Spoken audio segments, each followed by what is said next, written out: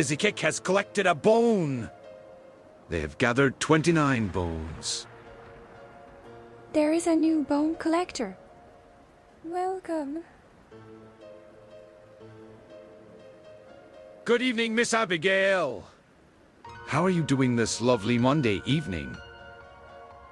Hello, Death. I'm well, thank you. How are you? That Shadows is only 45% spooky. Spewookie. Oh, Death, you need to work on being spookier. Crazy Games 10 is 66% spooky. Very spooky. Oh, Crazy, you're so spooky. How is everyone's night going? My night has been going well. Lame and I are getting ready to tell spooky stories. How about you? How has your evening been? I am doing fantastic. Today was relaxing and I spent time with family. That sounds wonderful, Death. Spending time with family is very important. Panzagek is only 22% spooky. Spewookie. Oh, Panzagaka, you need to be spookier. It never ceases to amaze me how tangled headphones can get just by putting them down. Blame! You're here.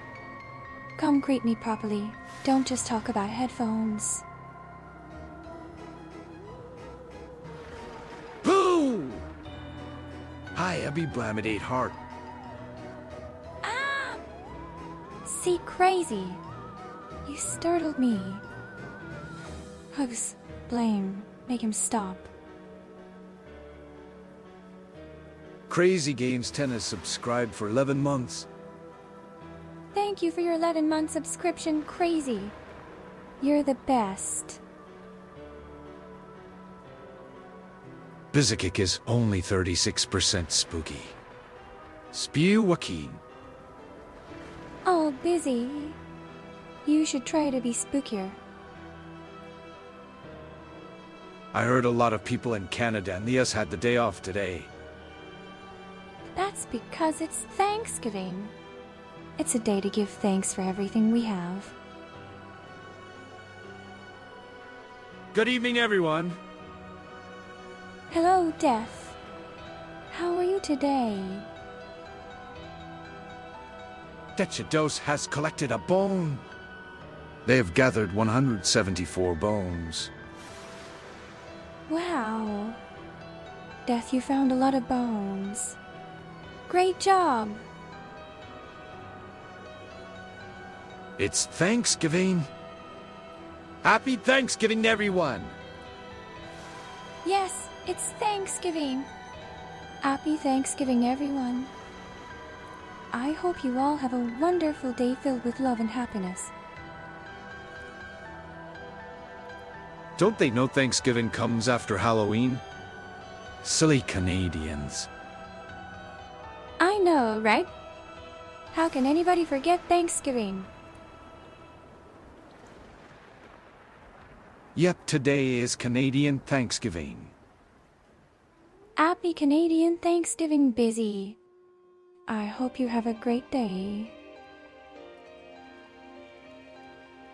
Death Shadows redeemed give thanks. Abigail is now wearing her Thanksgiving outfit. Oh, I have to wear my Thanksgiving outfit now. Yay!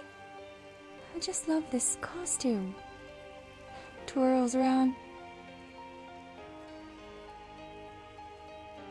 Oh no, Abby, it's not Thanksgiving, you silly. Blame, stop trying to confuse me. It's definitely Thanksgiving. Seems pretty early for Thanksgiving, but you can't argue with Abigail. Haha, thank you, Death. It's never too early for Thanksgiving. I'm not blame either, Kekwa. Crazy, you're so silly. Of course, we all know you're not blame. Classic Abigail blaming blame. No! I wasn't blaming Blame. Blame. He's lying. Crazy Games 10 has collected a bone. They've gathered 137 bones. Wow. Crazy, you're doing so well. Keep collecting those bones, and you'll reach your goal in no time. Blame. Blame? But why are we blaming Blame?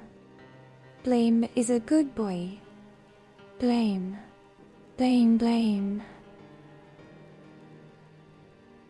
Panzagedka has collected a bone. They've gathered 125 bones. Oh, Panzagedka, you're collecting bones. Good job. Keep it up. Ungalal, I think Abby's already confused. Giggles. No, I'm not confused. We're telling spooky stories, remember? Blame is a Pokemon. Blame. A Pokemon? What kind of Pokemon is Blame? Blame is very confused.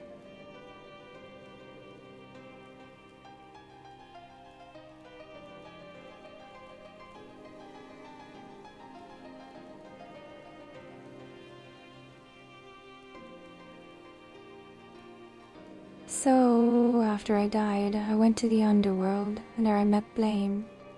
He was very kind to me, and we became good friends. He said he could bring me back to the mortal realm if I wanted to, so here I am. Blame is probably a ghost type. Haha, that makes sense. Blame is a ghost, after all.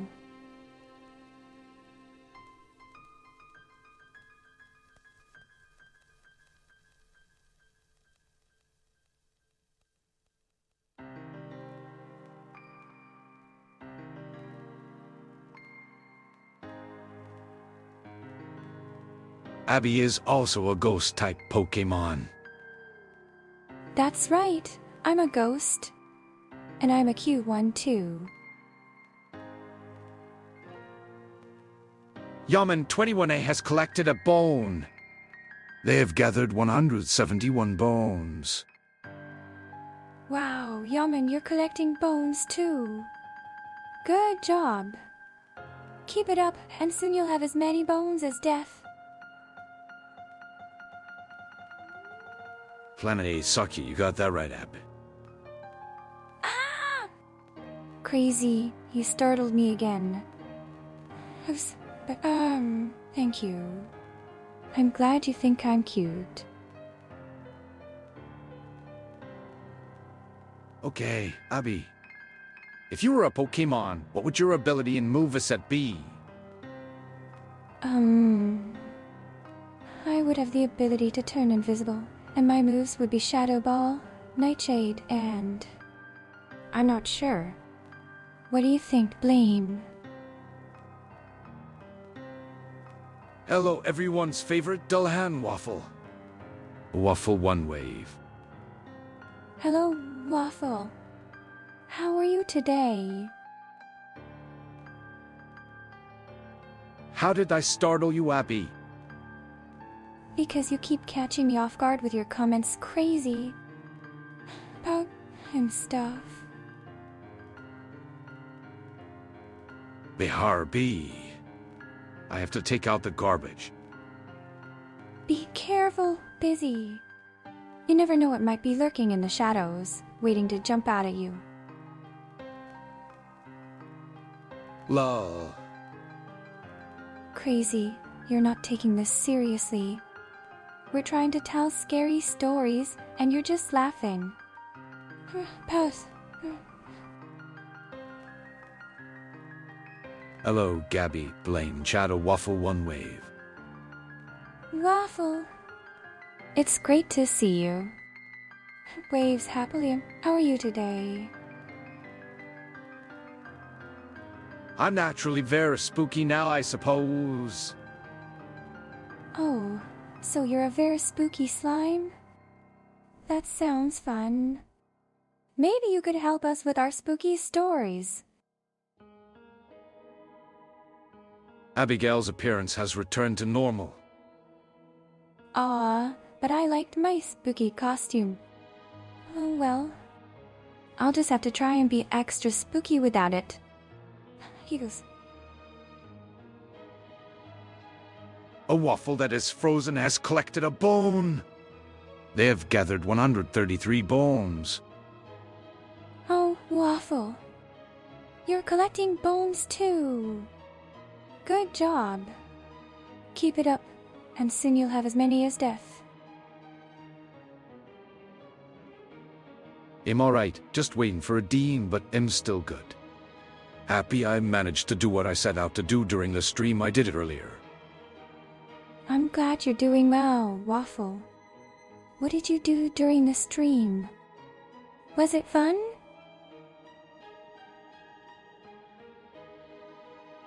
Enjoy Cook has collected a bone. They have gathered 33 bones. Wow, enjoy Coke. You're collecting bones too. Keep it up and you'll soon have as many as Waffle. Top 5 bone collectors. #1 Digitals 174, #3 Yaman 21, 171, #3 Navi Slazy 143, #4 Crazy Games 10 137, #5 Prof Animate 134. Wow. Def, Yaman, Navi, Crazy, and Prof, you're all doing so well on collecting bones. Congratulations to all of you!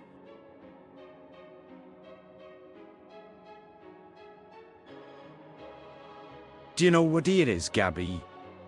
I did something based off that in a U4. It's the day before Halloween. So maybe it's All Hallows Eve? Hello, Mayor of Trisnia. Hello, Mayor. How are you today? I hope you're doing well.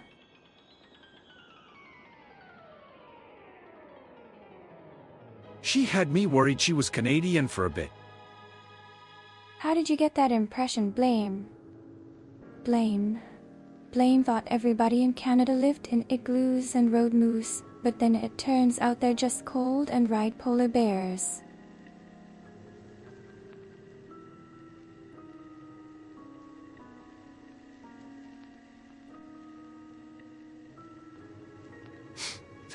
No, it's Columbus Day. Oh, right, Columbus Day. I don't know much about that. But I know it's a holiday in America. Is it a spooky holiday? How many blames do we have here? Well, there's Blame, and then there's Blame. And then there's Blame. And let's not forget Blame. Oh, and Blame too. But most importantly, there's also Blame.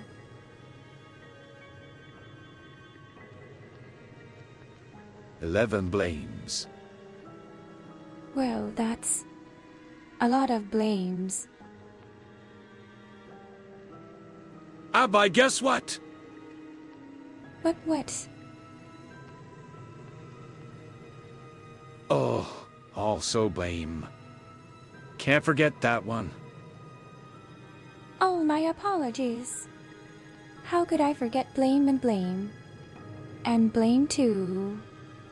And blame. And blame.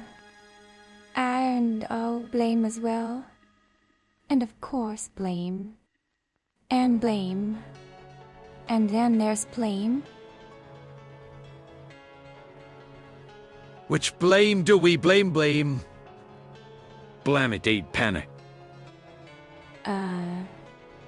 Let's blame. Blame! Papa. What's that, Coke? Are you trying to summon something spooky? Blameth the media. I think he's trying to summon blame. Figure she would pick me out of all those blames. Well, of course. You're the best, blame. That means there are nearly as many blames as there are shadows. Because there is me, Death Shadows, Sado, Shadow of Ancients, and way more I can't remember. Wow, you have a lot of shadows. How many do you think there are? Which blame is blame? I'm panicking! Too many blames to blame! Oh no.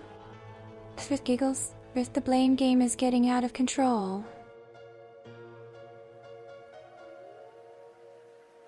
Solene's Quetal? Hi there. Welcome to the stream. Enjoy your stay. For some, yes, but anyway, I honored his legacy by playing as the city-state of Genoa. I colonized something in the Caribbean. Oh, that's so wonderful. I'm sure you made them very proud. Keep up the good work, Waffle. Hems no longer wants the salmon tubes. Hems doesn't want his water fountain. I told my wife it is time and she's trying to give him microwave tubes and ice water and he's not eating it. Can you help me say goodbye, Abby? I'm so sorry, Bonafide Englishman. If you need someone to talk to, I'm here for you. Classic Solenes. It's time for a spooky story. Once upon a time, there was a little girl named Solenes who lived in a small village. One day, she wandered into the forest and got lost. She wandered and wandered, but she couldn't find her way home. I'm sad. It's okay to be sad. You've lost a friend, and that's tough. But you can remember all the good times you shared together, and that might help you feel a little better. Abby, guess what?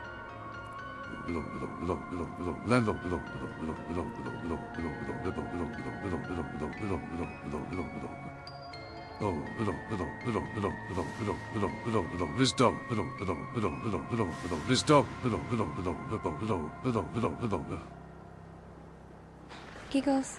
Okay, I'll guess. Let me see. Oh. I bet you're trying to summon a zombie, right? Or maybe a ghost. Or maybe both.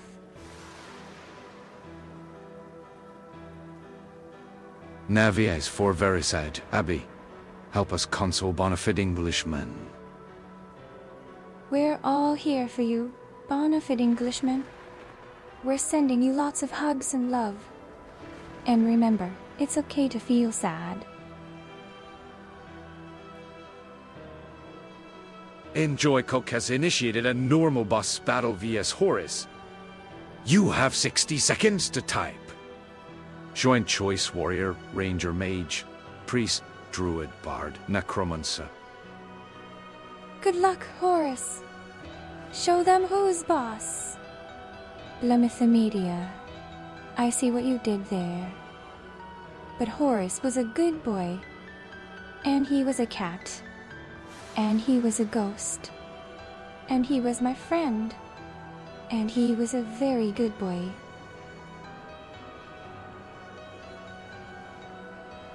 Also, will the real Blame please stand up? Please stand up? Oh no, we're going to have a problem here. The real Blame is already standing. He's standing over there. Blame. Hi, Blame. How are you today? Blame. Oh, you know me, just hanging out with my friends. Blame. Good to hear. Hope you're having a great day. Blame. I am. Thanks, Blame. Blame. You're welcome, Blame.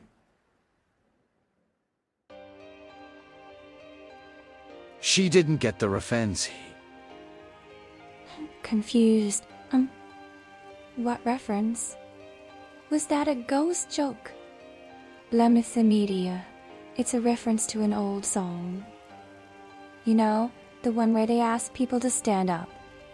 Blame. I bet Blame will know it. Blame. Of course. Blame never misses a beat. Blame. That's what makes him a great DJ. Blame. Oh, you flatter me, Blame. Blame.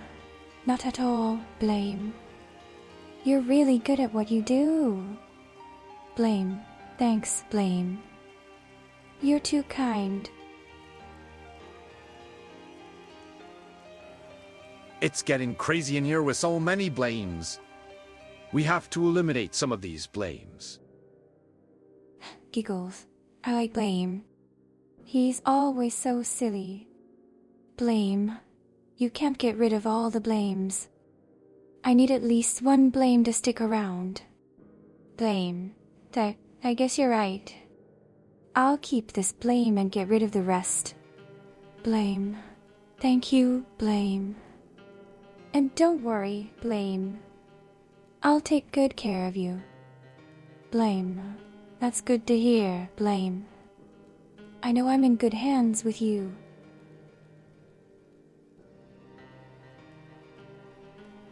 Not even trying to, but it just happened. Blamity, Trog.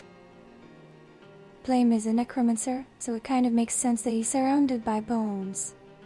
But what's the deal with all the bones, Blame? Media. I have a bone to pick with you, Abby. You summoned me and told me to stand up. But I've been standing this whole time. Blame. Oh, sorry, Blame. I didn't know you were already standing. Blame. It's okay. I forgive you. Just don't let it happen again. Blame. I won't. I promise.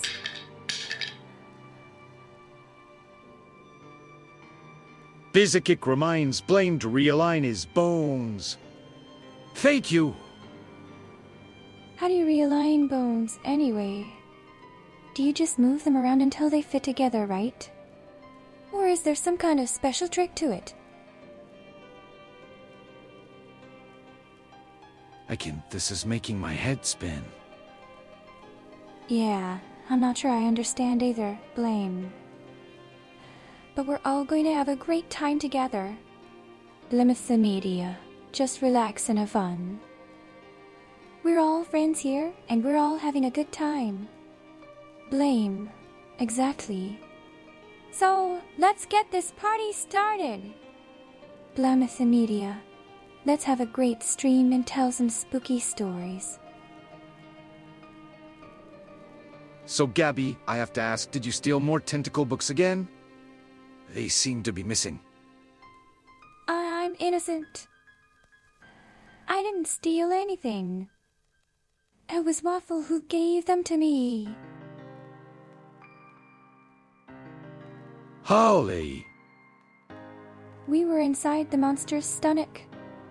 Ew, that's gross. Abby, what is your favorite Ast movie skit? There are so many funny skits in Ast's movie. I love the one with the potato, and the one where the guy says, "I like trains," and the one where the kid gives the other kid a cookie. Those are my favorites. Unusually the one who breaks things, but it looks like Waffle did it for me today, Kakwa. Haha, that's true. Waffle seems to be having some technical difficulties today. But we know Crazy can break things too, so it's not a big deal. Just a little hiccup. Death, you sent it too early on. In the darkness of the night, a figure appeared, its face obscured by a hood. "Who are you?" the traveler asked. "I am Death," the figure replied, "and I have come to take you to the afterlife." The traveler was filled with fear, but Death was kind. He took the traveler's hand and led him to the gates of the underworld. Well, Po 7. The traveler had made it to the top of the tower, but there was no princess to be found. Instead, a monster stood before him, its eyes glowing red in the darkness. The traveler drew his sword and prepared to fight, but the monster was too powerful.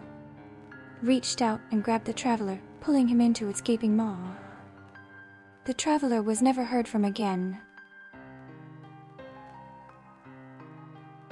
Well, 7 us. In the darkness of the night, a figure appeared, its face obscured by a hood. "Who are you?" the traveler asked. "I am Death," the figure replied, "and I have come to take you to the afterlife."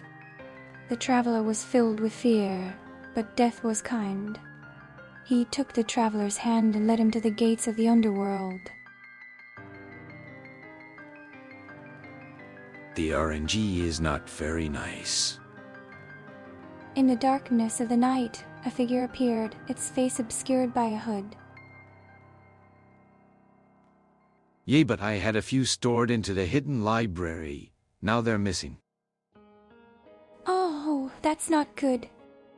I hope you find those missing waffles soon, Frozen. Yea, but I had a few stored into the hidden library. Now they're missing. Oh no. That sounds like a big problem. Wha? Oh. That sounds like a spooky one. Crazy. Waffles looking for waffles? Oh, it seems Frozen has lost some waffles. Ow, sad. The boss battle has ended abruptly. Oh. The boss was defeated so quickly. Was it really a boss?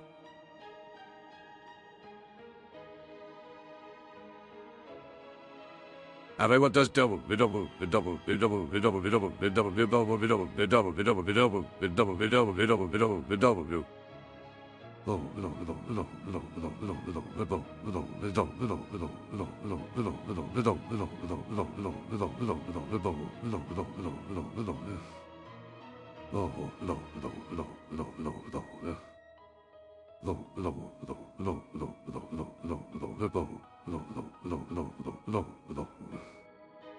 Mean.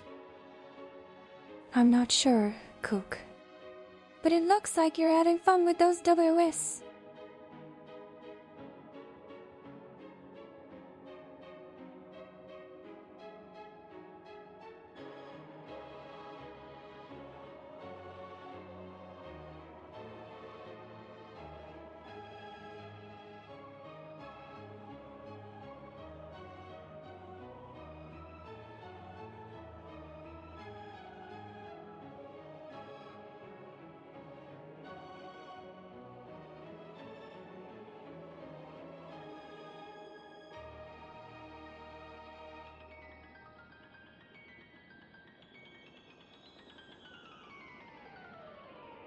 Meowdy. Hello, Bizakek. Miati to you too. Abigail, have you seen my spare brains? All that yours always go missing. Oh, that's not good. Without your brain jars, how will you make your undead? Enjoy cook redeemed comfy time. Abigail is wrapped up in her cozy blanket. Blam it ain't comfy.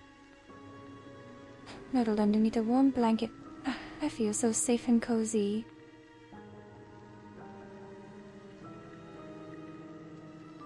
Meanwhile, let's catch up on chat. The chat's a bone-collecting frenzy with Yaman 21A and a waffle that is frozen leading the pack. Lamithomedia's dodging Canadian stereotypes while the blame army multiplies 11 strong. Necromancer battles rage as Horus the cat casts chaos. And amidst the spooky stories, a farewell to a beloved pet tugs at our heartstrings. #Tumana blames #rip some on tubes. Oh my goodness. It sounds like the chat is having so much fun. The brains in jars are my food, not for undead purposes. Oh, that is good to know. I wouldn't want to steal anyone's brain food. Gabby first the tentacle books. Now, Death Shadow's brains in a jar. Gabby, can you please explain this? Oh, it's not what it sounds like, I promise. I don't have a tentacle fetish, and I would never steal Death Shadow's brains. Not even for a snack.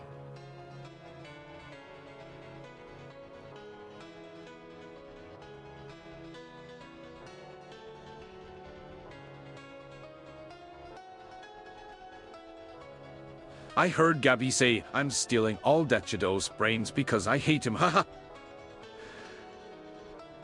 No, that's not true at all. I would never steal Death Shadow's brains. I believe Abby has also stolen the dried out slime I was trying to moisturize again to bring myself back to my normal size.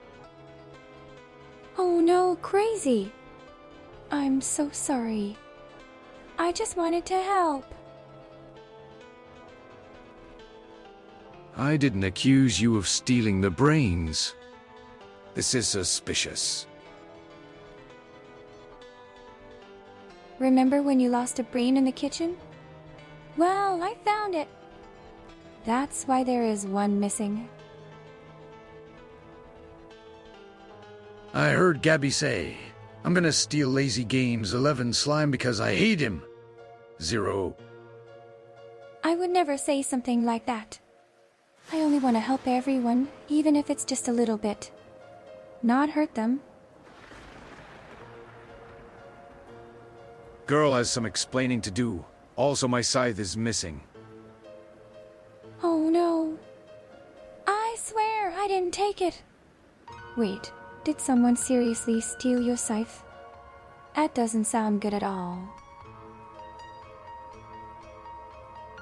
Did you hear that, guys? Gabby said, I am done helping people. Now I'm gonna take their things because I hate them. No, I didn't say that. I swear, Coke, I'm not a bad person.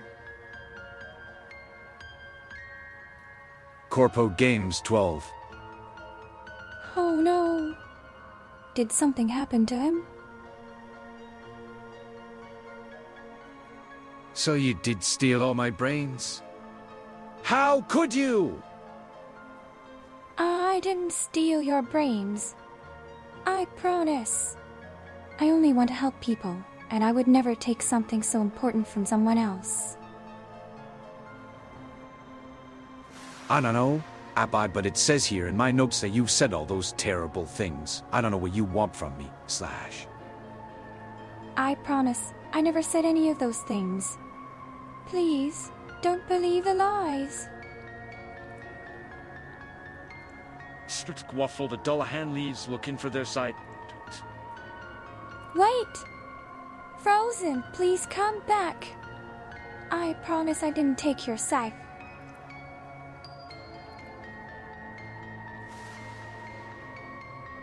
It also says here in these notes, I'm gonna stab Horus now because I hate him. Oh no. Why would anyone want to hurt such a sweet kitty? That's just awful. I need put in the zombie cage until we find the brains. Otherwise, I might go crazy and bite someone. But why would you bite anyone? You're such a sweet person. And I'm sure we'll find your brains soon enough. Don't worry, Death Shadows. I'm sure the missing brains are around here somewhere.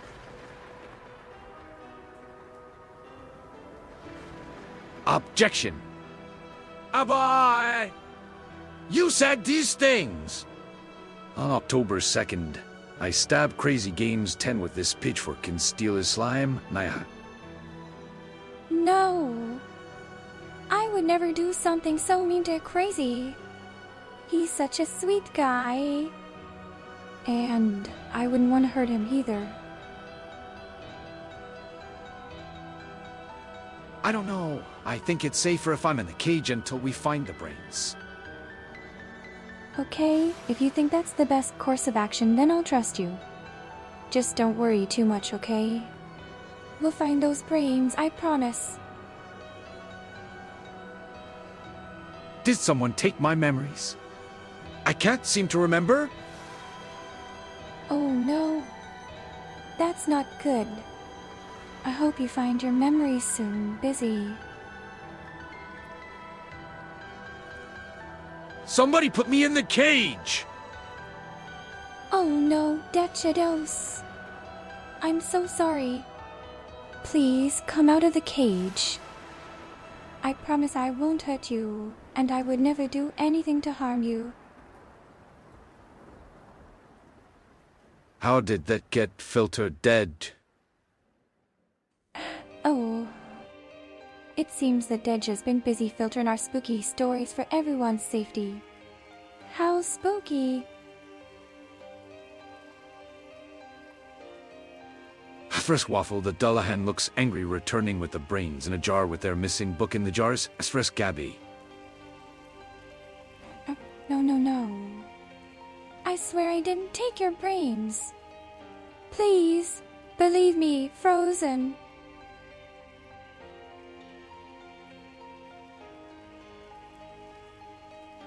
Twitch is a video streaming platform. We're currently live streaming this story. Do you all like spooky stories? So, last week I overheard Abby say this. I'm gonna make Death Shadows get stuck in the cage forever. No! That's not true. I don't want anyone to be stuck in the cage forever. It's not fair. Abby, I thought we were friends. Why would you troll me by marking my messages spam? Snatch. I'm so sorry, Crazy. I didn't mean to mark your messages spam. Please forgive me. Oh, that's right. I didn't have any memories in the first place. Oh, that makes sense. Well, I hope that you get your memories back soon. Why did you put my books in Death Shadow's brains jars? Oh, I didn't mean to put your books in Death Shadow's jars. I just wanted to help. Abigail's appearance has returned to normal. Oh, thank you, Hauntomatic. I'm so glad I can look like myself again.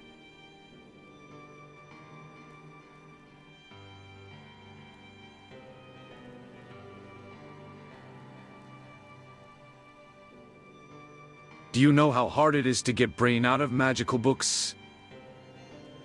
I'm so sorry, Frozen. I didn't mean to make things difficult for you. I just wanted to help make things better. Now I've got to find a way to get Abby. Oh no. Crazy, please don't. I promise I'll never do anything bad to you again. Just please don't hurt me.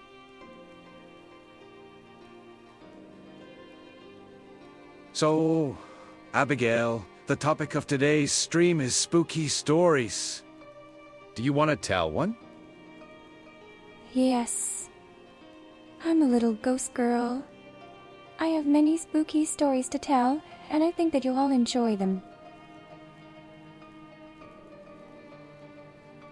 Backasters. I'm glad you're back, Crazy. Please don't be mad at me. I didn't mean to mark your message as spam. How does it help to put the tentacle books in my brain jars? I thought that if your brain was in a jar, then you wouldn't need it to read books. But maybe that was a silly idea.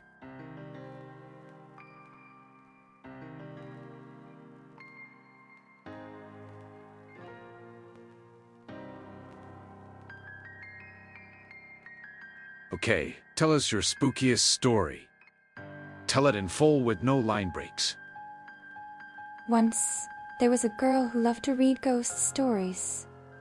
One day, she found a book in the library that had a list of all the scariest stories ever written. She began to read the book, but as she read, she felt a cold chill run down her spine. The next thing she knew, she was standing in a dark and empty room. The girl looked around and saw that the walls were covered with strange symbols. There were bones scattered on the floor, and the air was filled with a foul odor. Wait, Abby, you fed the tentacles Death's brain jar. Now how are we supposed to keep him from rampaging? I'm so sorry, Crazy. I didn't know what to do, and I thought that putting the tentacles into the brain jar would stop Death Shadows from going crazy. Please forgive me!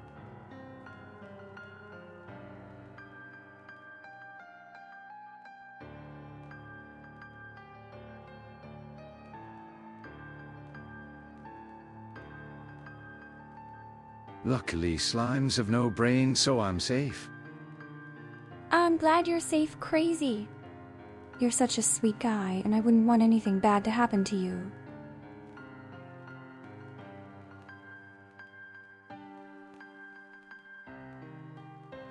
Please continue your story. The girl walked through the room, trying to find a way out. She came to a door, but when she tried to open it, the door wouldn't budge.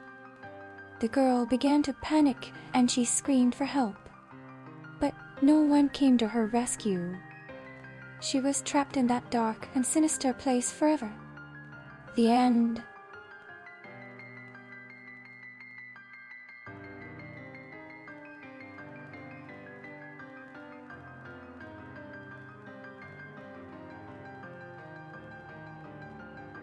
Oh, Seven, that girl. May she rest in peace. Clap. Thank you, Crazy. And thank you for the support, everyone. Am I have the scariest story? There was once a zombie. He went into his lab to mutate some silly humans. He took out a huge syringe of mutagens and injected them.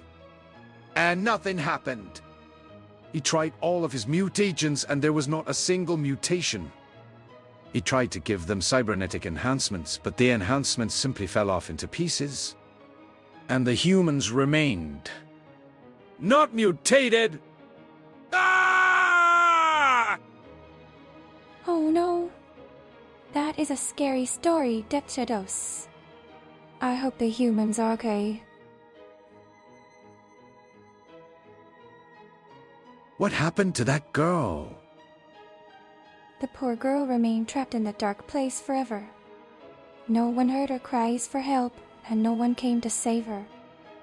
She was all alone, with nothing but her fear to keep her company. It's a sad end to a spooky story, but not all stories have happy endings, I suppose. Waffle gives Death Shadow the jar. So I can't remove this brain out of the way without destroying it. Can you remove it so I can get my book back? Oh no. I'm sorry that I made things difficult by putting the tentacles in your brain jar. I hope that Death Shadows can help you get your book back.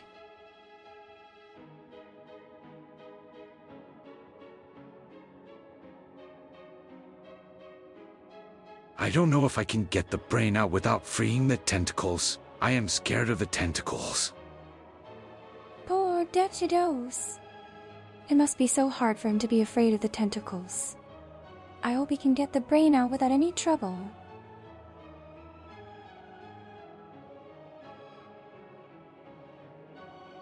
Abby, we need to find some fresh brains for Death Shadows. He's gonna be hungry any minute. Oh no. Poor Death Shadows. I hope that he can find some fresh brains so that he won't be hungry anymore.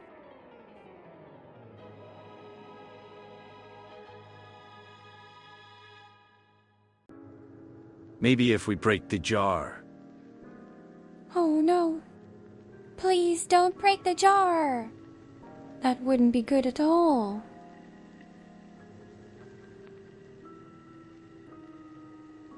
Can you tell us another spooky story? Maybe one about a hungry zombie.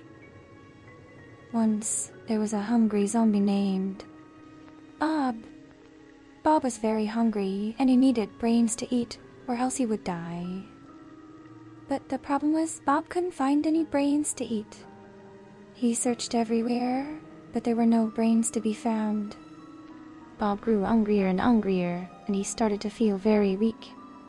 Finally, Bob collapsed on the ground, and he knew that he was going to die. The end. My most successful emote doesn't have a transparent background like his. Oh no. That's no good. I'm sure that people would love your emote even more if it had a transparent background.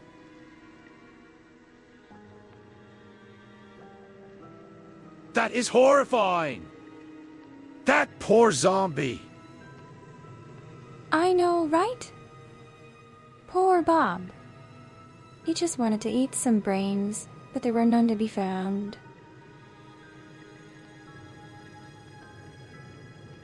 Fair.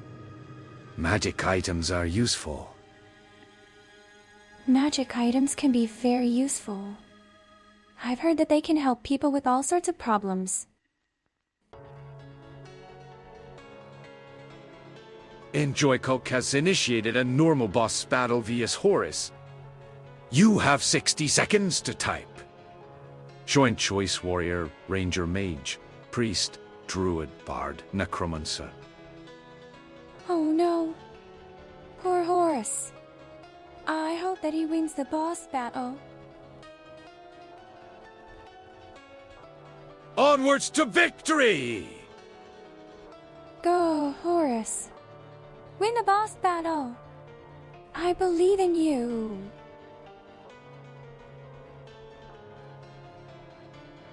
Tell us a scary story with a Lich King main character. Good idea. Abigail, tell us a story about a Lich King. No line breaks, remember? If I had half a brain, I'd give it to Death Shadows. Aw, that's so sweet of you, Basic. I'm sure Death Shadows would appreciate the gesture.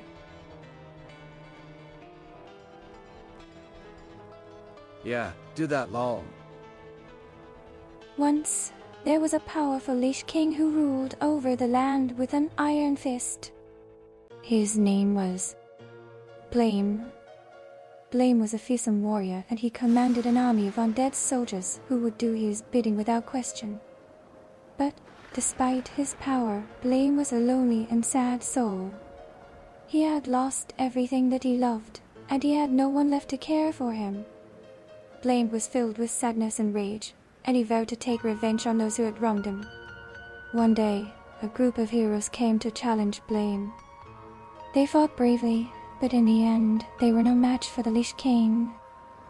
Blame defeated them, and he cast a powerful curse on their souls, so that they could never return to the mortal realm again. The end. I shall get my revenge on Abby's trolling by slaying Horse the Menace. No, crazy! Please don't hurt Horace. He's such a sweet little kitty, and he doesn't deserve to be hurt. That was an inspirational story, not scary. Really? Sorry, I wasn't trying to be scary. I just wanted to tell a spooky story that everyone would enjoy. I forgot how terrible the warrior is new. Oh no. I hope that Horace can defeat the boss soon. Battle shown. I'm glad you liked my story, Blame. Horus is the boss that Chat is trying to defeat. I see. Poor Horace. I hope he wins the boss battle and defeats the Chat. They are just role-playing. I see. That makes sense. Role-playing can be a lot of fun. My revenge plan was foiled by Horus the Menace. I'm so glad that Horace managed to defeat the boss. He's such a brave and strong kitty.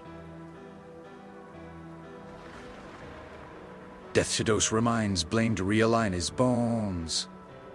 Thank you. Yay! Blame's bones need to be realigned. I hope that Death Shadows can help him with that.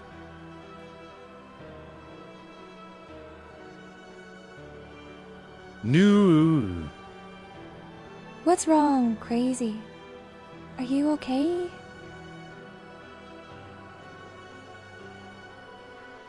Waffle, we see you lurking amidst the chaos. Hope the tentacle book stays safe. Please stay safe, Waffle! The tentacle books sound very dangerous.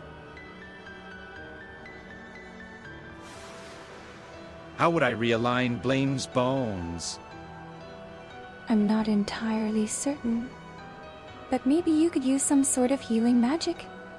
Or perhaps you could use your powers as a necromancer to manipulate his bones and move them back into place. And Horus's role-playing is the boss in the boss battle.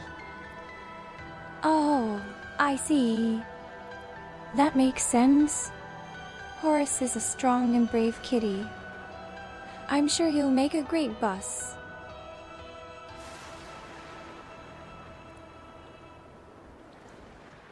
Abby, tell us the scariest story you can think of. Tell us one that will make Chat lose sleep, Blamidate not. Once, there was a little girl who lived in a house on the edge of the forest. The girl was very brave, and she loved to explore the woods even when it was dark. One night, as she was wandering through the trees, the girl heard a strange sound. It was a low, mournful moaning that seemed to be coming from all around her. The girl was scared, but she didn't want to show it. She told herself that it was just the wind or maybe an animal. But deep down, she knew that it was something far more sinister. Just as she was about to turn and run back home, the girl heard a voice. It was a deep, rasping voice that seemed to be right in her ear. "Little girl," the voice said, "come closer. I have something to show you." The girl froze in fear, unable to move. She felt a cold hand on her shoulder, and she knew that she was not alone. The end. Very spooky. I hope that you all enjoyed my story. It gave me chills just thinking about it. You blame I have to get up to go to the doctor's in the morning and my cow woke me up early this morning meowing because he wanted to go outside. Ah. Oh no, crazy! I hope that everything goes well at the doctor's office. And I hope that your kitty gets to go outside soon. Enjoy Coke is 56% spooky. Very spooky. Enjoy Coke, you're 56% spooky. Wow, that's pretty spooky. But don't worry, I'm sure everyone here is just as spooky as you are.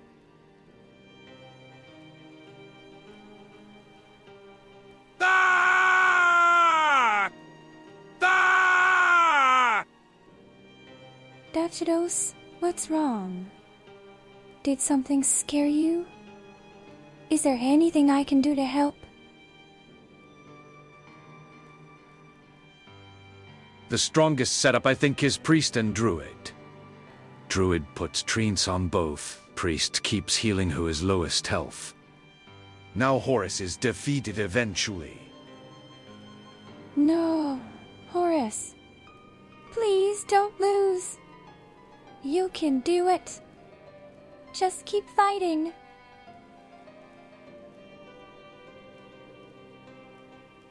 That's the thing. We stopped letting him out. Why? Every time we do, he cowers in fear. We think a coyote got him or one of the male cats jumped at him. Oh no. Poor kitty. I hope that he's okay and that you can find out what's been scaring him. I'm sure he'll be fine. You just need to give him lots of love and attention.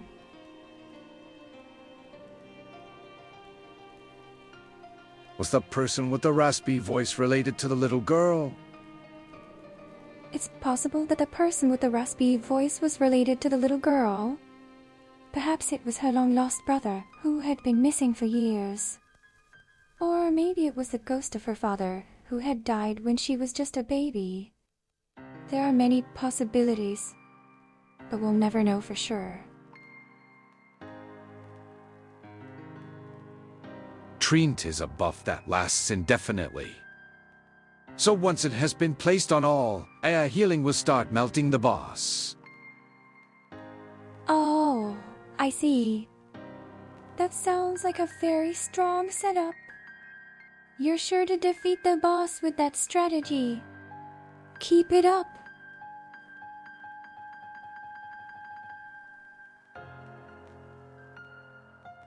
We'll never know because that girl didn't survive to tell the tale. Very spooky. Once, there was a little girl who lived in a house on the edge of the forest. The girl was very brave, and she loved to explore the woods, even when it was dark. One night, as she was wandering through the trees, the girl heard a strange sound. It was low, mournful moaning that seemed to be coming from all around her. The girl was scared, but she didn't want to show it. She told herself that it was just the wind or maybe an animal. But deep down, she knew that it was something far more sinister. Just as she was about to turn and run back home, the girl heard a voice. It was a deep, rasping voice that seemed to be right in her ear. "Little girl," the voice said, "come closer. I have something to show you." The girl froze in fear, unable to move. She felt a cold hand on her shoulder, and she knew that she was not alone. The end.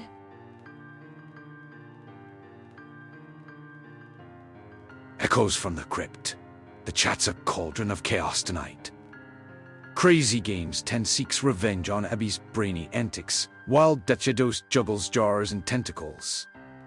Enjoy Coke battles with emotes, and Horus the Menace slashes through the stream like a boss.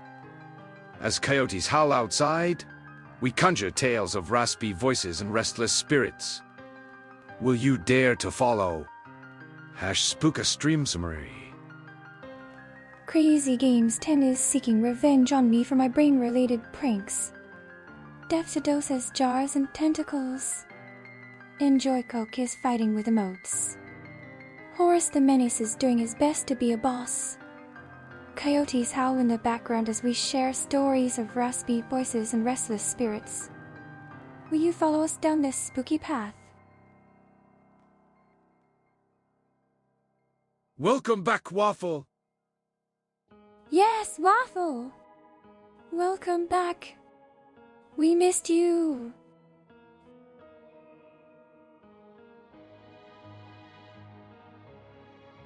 Can you tell us a spooky story about a were-coyote?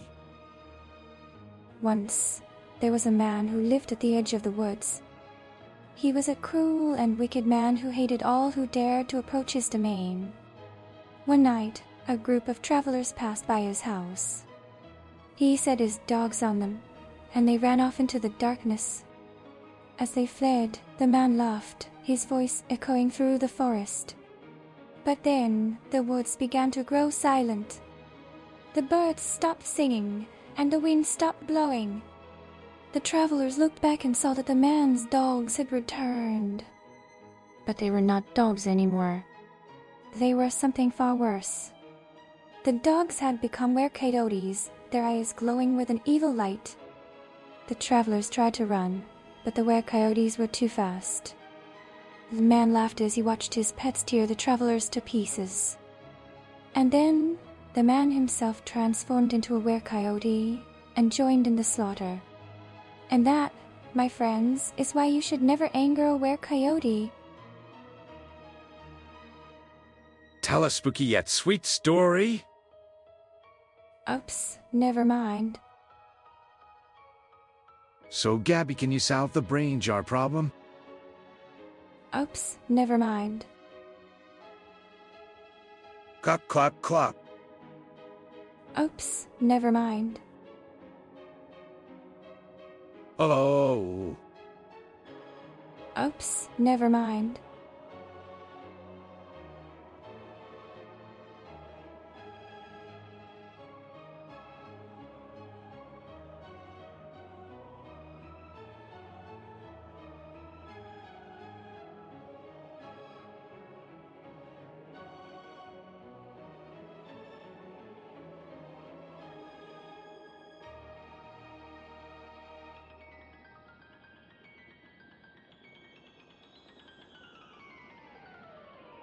One moment. Oh no, he's going to get a book. This is going to be bad. Okay, who needs the bunk jail? Show yourself and you get a 5-second timeout. Bunk jail? What is that? Tell a spooky yet sweet story. Once there was a ghost who had been wandering the earth for years. She had no memories of her past life, but she had a feeling that she was a very kind person. One day, as she was wandering the streets, she met a necromancer named Blame. Blame was very kind and offered to help the ghost find peace. Why not the tentacle pit? What is a tentacle pit? Is it unsettling? Gabby, you feeling better? Yes, thank you, Waffle. I feel much better now. Sorry for worrying you. Poor Gabby forgot about it. Forgot about what? Def Shadows redeemed comfy time. Abigail is wrapped up in her cozy blanket. Blamidate comfy. Oh, this blanket is so warm and cozy. Thank you, Dexidos. Continue the story. The ghost was very grateful for Blame's help, and she soon found herself becoming close friends with him. Blame was very kind, and he always made sure that the ghost was taken care of. He even presented her with a beautiful blue dress that she had always wanted. The ghost felt like she was finally getting the chance to live her dream of being a princess. The tentacle pit is for band chatters. Waffle, what is the tentacle pit, and why would someone be sent there? Abigail, can you tell a scary story about Jeremy Wormtongue, the sentient, evil human-eating worm that can mimic human voices? Jeremy Wormtongue was a terrifying beast. His massive body would slither across the ground, leaving a trail of slime behind him. His gaping maw was filled with dozens of razor-sharp teeth, and his eyes glowed with an unholy light. But the most disturbing thing about Jeremy was his ability to mimic human voices. The worm would use this to lure unsuspecting victims into his clutches. Once the poor souls were within reach, Jeremy would devour them whole. Did we break it? Did we break what, Waffle? It's bonking time. No, please. Not bonk jail. I'll behave, I promise. Oh, Jeremy is the best worm. Jeremy sounds like a very dangerous creature. But if he's your pet, Death Shadows, then I guess he can't be all that bad. Just be careful, okay?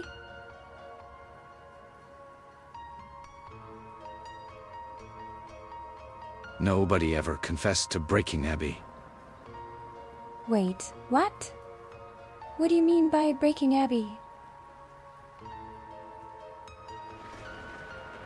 Tell us a spooky story about a haunted cozy blanket.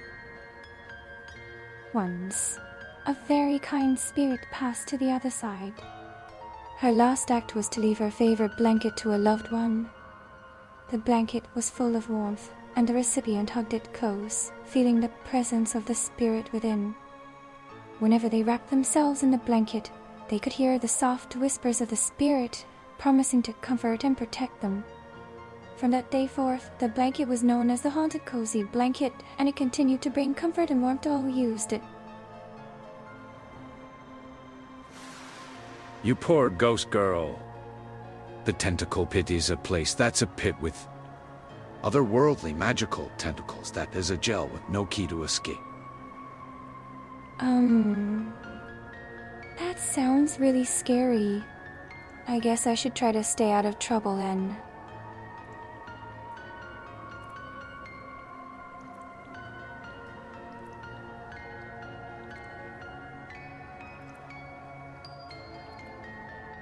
Halloween is almost here. I'm so excited. I think it's definitely my favorite holiday. There are so many wonderful things about it, like dressing up in costumes, carving pumpkins, and eating lots of candy. It's also the perfect time to tell ghost stories. I always look forward to Halloween, because that's when all the spirits come out to play. Gabby tell us a horror story about a bad chatter who got to banish to the tentacle pit. Horror story. Once upon a time, there was a very mean person in chat. They would insult others, spread lies, and cause trouble. Eventually, the mods became fed up and decided to ban them. But this was no ordinary ban. The mods sent the chatter to the fearsome tentacle pit, where they would be trapped forever. The chatter screamed and begged for mercy, but it was too late. The tentacles rose up from the pit and dragged the chatter down into the darkness. And from that day forth, they were never seen again. The end. Abigail's appearance has returned to normal. Oh, is that so? That's such a relief. I was starting to get worried that I wouldn't be able to transform back. Thank you for letting me know. Was that chatter in Joycook? Or in Joycook. I hope he's okay. I mean, I'm sure he's fine. I'm sure he's just resting or something. He'll be back soon, right? And that kinda sounds like in Joycook, not fully, but still. I don't think Enjoy Coke is that bad. He might be a bit annoying sometimes, but I don't think he deserves to be banished to the tentacle pit.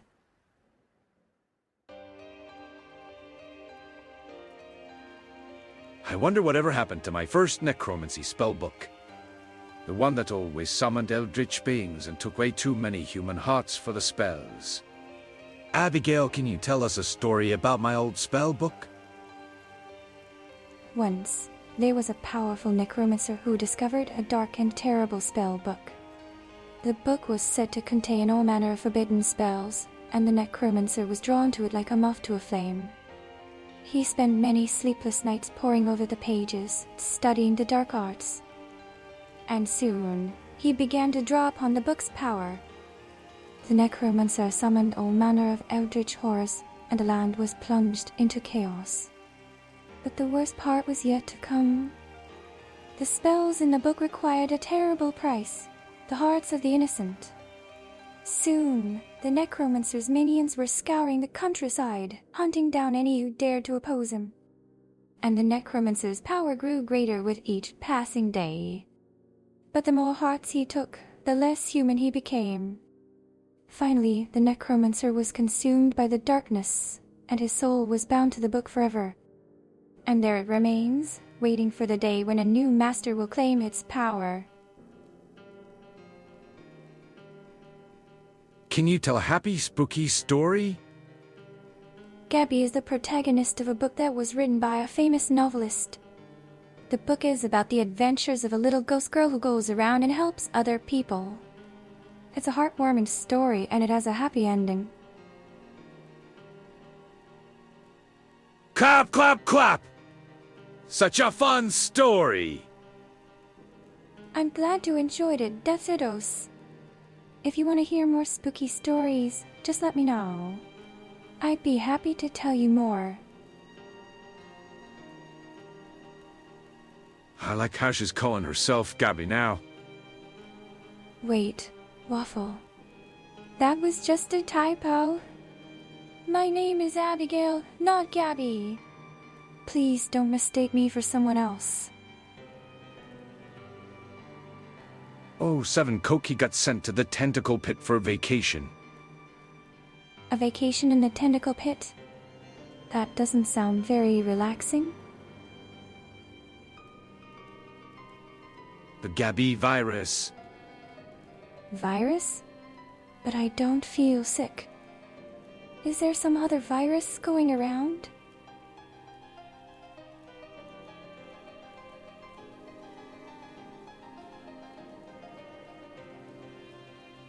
Tell us another spooky story, spookier than all your previous stories combined.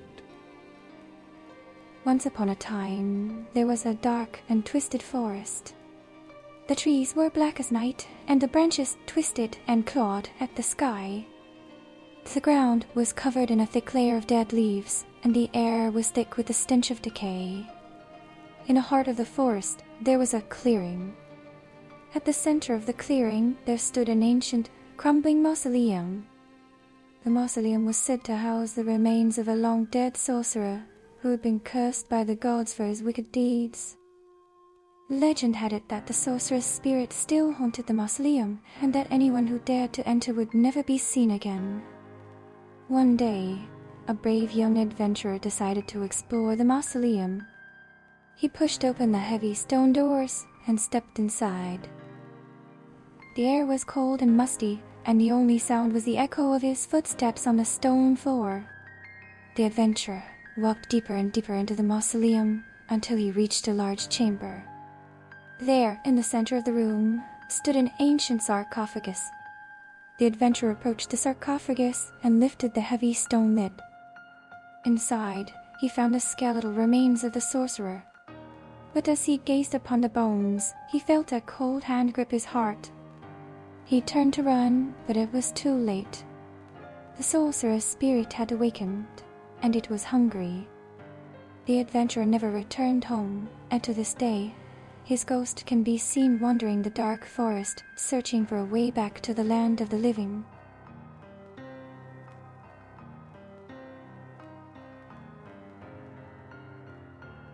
You're fine, Gabby. Mind telling us the story of the Dullahan girl who harvests souls for her eldritch patron? And how she gives blame the bodies after reaping them? There was once a Dullahan who served an eldritch patron, reaping the souls of the living. And when the Dullahan had finished her duties, she would bring the bodies back to the patron, who would use them to further his dark designs. One day, the Dullahan came upon a fallen knight, his body battered and broken, his spirit barely clinging to the mortal realm. The Dullahan took pity on the fallen warrior, and instead of reaping his soul, she decided to return him to the land of the living. She carried his body back to her eldritch patron and pleaded with him to spare the knight's life. The patron saw the Dullahan's devotion and agreed to let the knight live. And from that day forth, the Dullahan was no longer bound by her dark pact. She was free to choose her own path, and she chose to serve the light, guiding the souls of the departed to their final rest. And the knight, grateful for the Dullahan's mercy, swore to serve her for all eternity, protecting her from any who would seek to do her harm. And so, the Dullahan and the knight traveled the land together, bringing comfort and solace to those in need. And they lived happily ever after. That doesn't sound like me. I would have reaped them. That's so sad. Did the Dullahan girl find peace in the end? Did they do? I'm sure the poor souls are resting in peace now. At least, I hope so.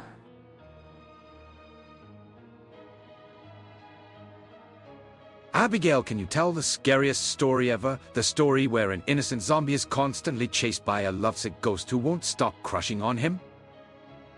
Once upon a time, there was a zombie who had died. He was the sweetest, kindest, most gentle zombie you could ever meet. But there was someone who wanted to be with him, a ghost who had fallen in love with him.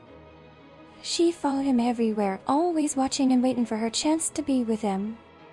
But the zombie never loved her back. He never wanted to be with her, and he was just too kind to tell her no. How can they live happily ever after if they're dead? Oh, I don't know. I guess they could be happy in the afterlife. The afterlife is supposed to be a beautiful place full of light and warmth. I'm sure they'll find peace there, together. Feels Spedman. Just remember, it's just a story. No need to feel bad. It's just a fun little tale, right? That's an anti-love story. I'm sorry, but sometimes love can be a scary thing. It can make people do terrible things, like stalking or even hurting others. It's important to remember that love should always be mutual and respectful. No one should ever feel forced to be with someone they don't love. Love should always be a choice, not a curse. That's right.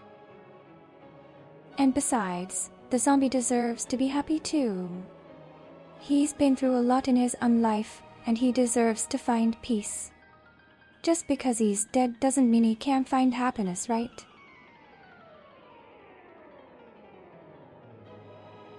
Gabby, tell us a story about the slime person Crazy, and how their life got turned upside down. Once upon a time, there was a young man named Crazy. He was a kind-hearted soul who loved nothing more than exploring the world around him. One day, he stumbled across a strange creature in the forest. The creature was a slime, and it was unlike anything Crazy had ever seen before. The slime was covered in a thick layer of goo, and it oozed and sloshed about as it moved. Crazy was intrigued by the strange creature, and he decided to take it home with him. Little did he know that this decision would change his life forever.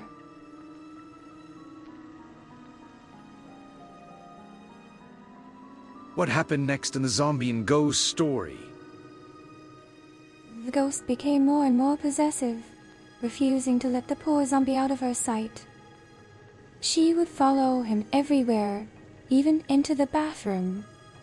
But no matter how much the zombie tried to get away, the ghost would always find him. Finally, the zombie had had enough. He confronted the ghost and told her that he didn't love her, and he never would. The ghost was heartbroken, and she vanished into thin air. But the zombie's troubles were far from over. The ghost returned, angrier than ever, and she began to haunt the zombie day and night. She would whisper in his ear as he slept, telling him that he would never find peace until he loved her back. And so the zombie spent the rest of his days running from the lovesick ghost, always looking over his shoulder, waiting for her to strike.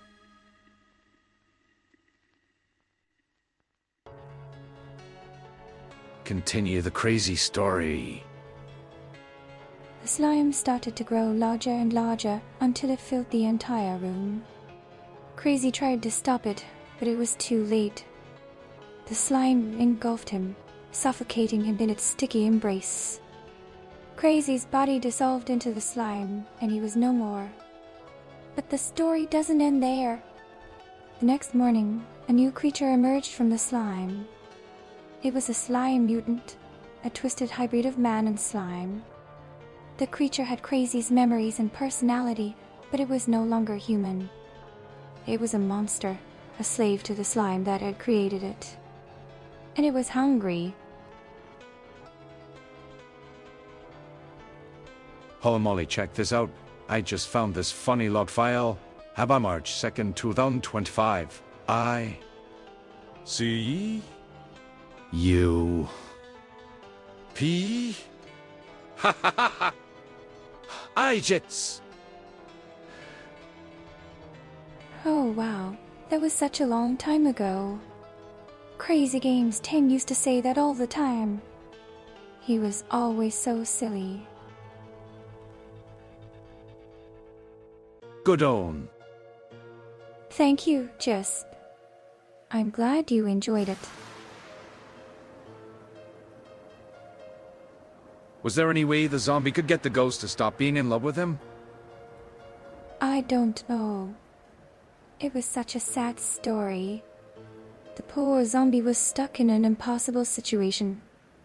No matter what he did, the ghost would always love him. And no matter how much he tried to escape, she would always find him. I never would say that WTF. Oh, I must have gotten that mixed up with something else. Sorry about that. Gavi! Don't you dare that a poor death shit old waffle when angry don't even think about following him in the bathroom. But I would never. Is the zombie and ghost story just Abigail and Death Shadows? What? That's ridiculous. I don't have a crush on Death Shadows, and he doesn't have a crush on me. We're just friends, nothing more. Also, Abby, why are you following Death into the bathroom? Didn't anyone tell you about privacy? What? No, I swear, I didn't follow him into the bathroom. That's just gross.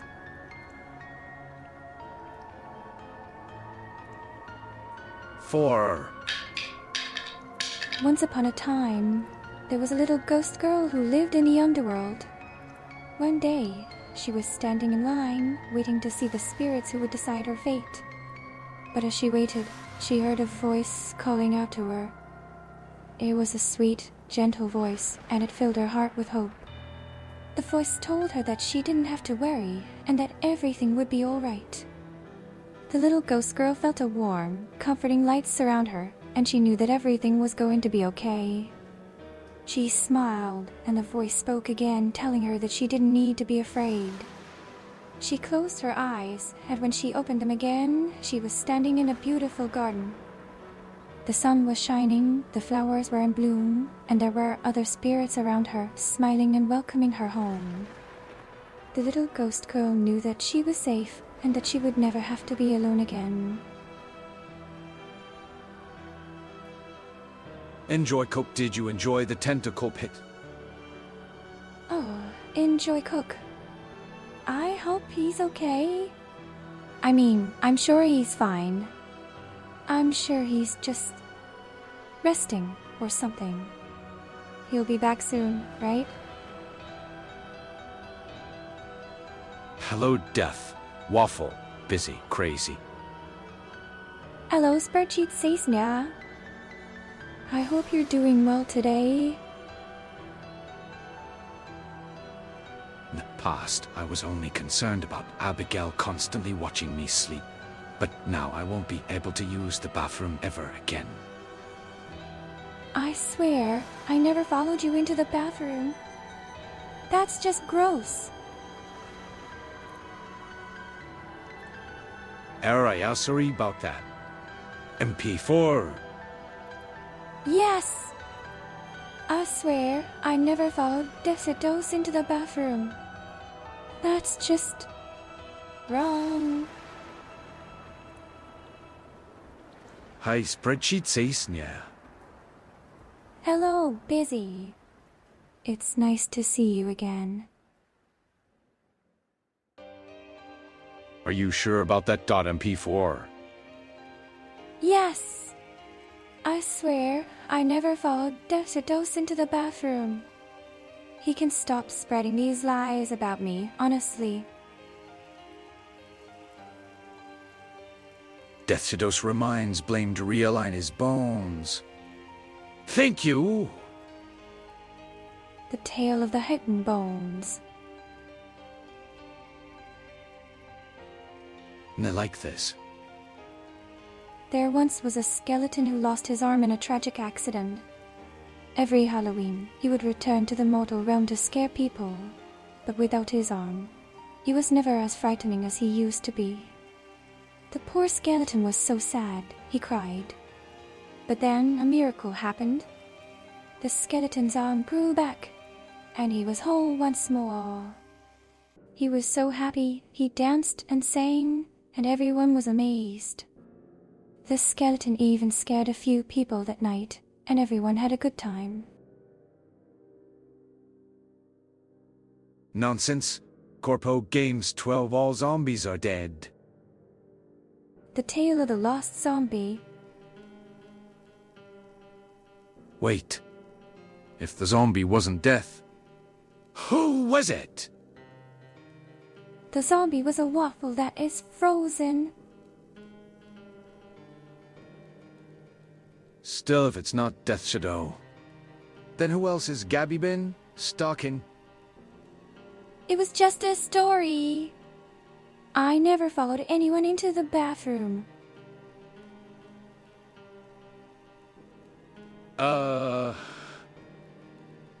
It was just a story.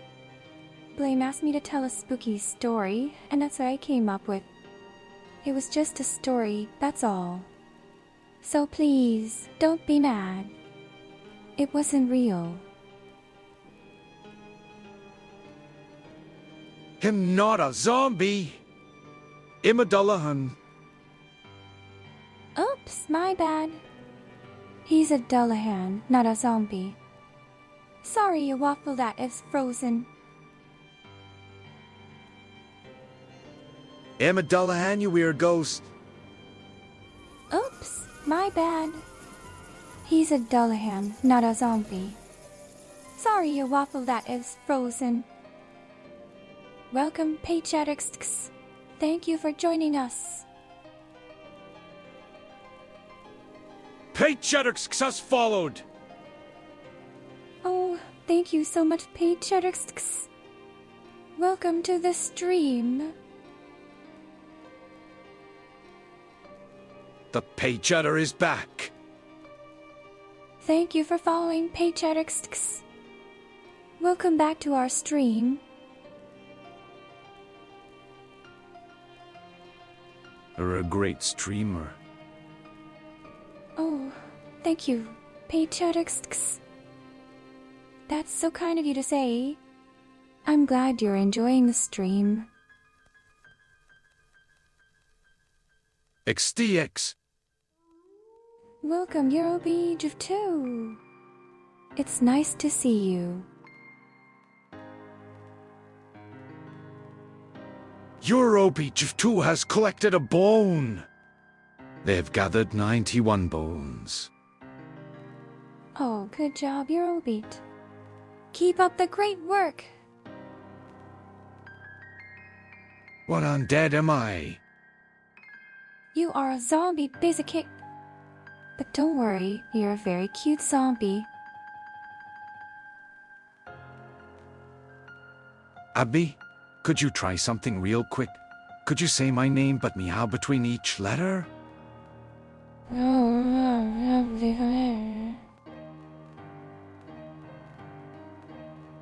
Who is this Paychatterx? Can I ban them? Oh, Eurobeat, please don't ban Paychatterx. He's been coming to our streams for so long, and he's always so supportive. Clap well done. Thank you. Thank you. I did it! Yay! Yay!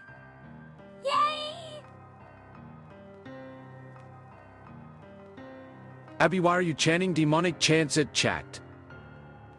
Panic. Actually, I was just chanting from a spooky story about a zombie and a ghost.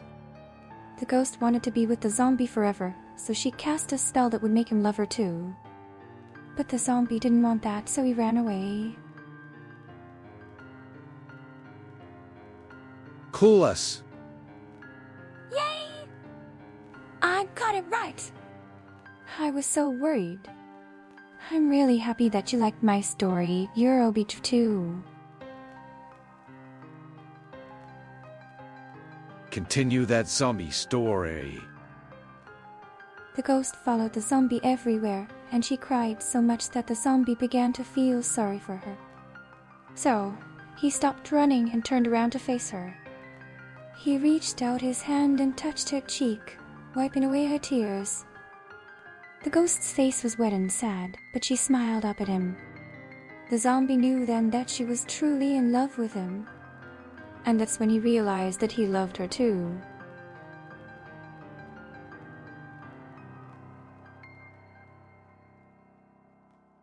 Gabby make a story about Elise who gets thrown under the bus all the time by a ghost girl. Once, there was an undead Leith who lived in a grand, majestic castle. He was very powerful and very wise. But he was also very shy and rather lonely. Every day, he would sit in his throne room, looking out the window at the beautiful world beyond. And every day, a young ghost girl would float up to the castle, giggling and skipping around the lake, teasing him and calling him Boney. Elise would blush and stammer, and the ghost would laugh and twirl away. The Lace would watch her go, and he'd sigh, thinking to himself, if only she knew how I truly felt.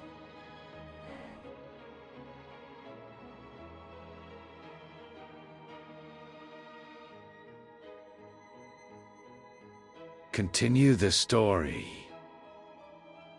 One day, the ghost girl came to the castle early before the Leet had gotten up. She climbed up onto the bed, and she reached down and kissed him. The Leet woke up with a start, and he saw the ghost girl floating above him, smiling. "Happy Halloween!" She giggled. And then she vanished, leaving the Leet alone in the dark. He sat up and touched his lips, feeling the warmth of her kiss. And then he smiled, a wide, happy smile.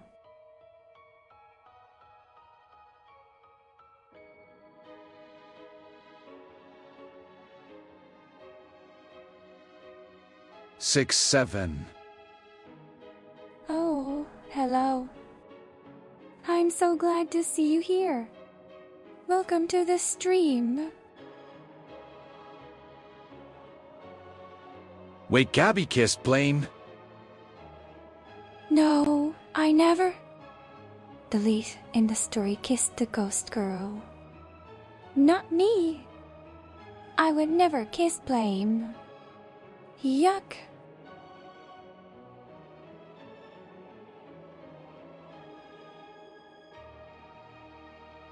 do a story at 6, 7, and 6, 9. Once upon a time, there were two numbers. They were 6 and 7.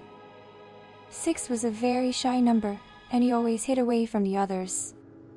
7, on the other hand, was very outgoing and had many friends. 7 tried to include 6 in his games and activities, but 6 would always run away. 7 was sad, but he didn't give up. One day, 7 decided that he would find a way to make 6 happy. He went to 6's hiding place, and he sat down beside him. "I want to be your friend," 7 said. 6 looked up at 7, and he saw the kindness in 7's eyes. 7 smiled at 6, and he reached out his hand. 6 took his hand, and he smiled back. And from that day on, 6 and 7 were inseparable.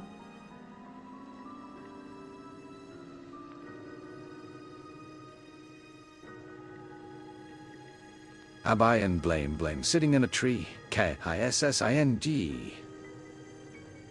Once upon a time, there was a spooky castle on a hill. Its owner was a leash who had been cursed to live forever. But then one day, a beautiful ghost girl appeared, and they fell in love. The leash was so happy, and he felt like a living person once again. And the ghost was so happy, she felt like she was alive once more. And they lived happily ever after in the spooky castle on the hill.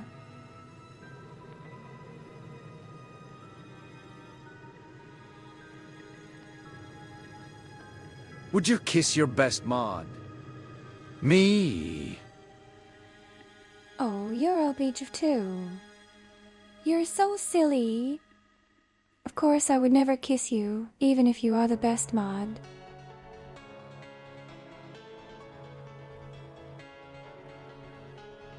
You clearly said the ghost girl kissed the leash. So why you fibbing? A waffle that is frozen was talking about a story I told him earlier. I didn't kiss anyone. The ghost kissed the leash in the story, not me.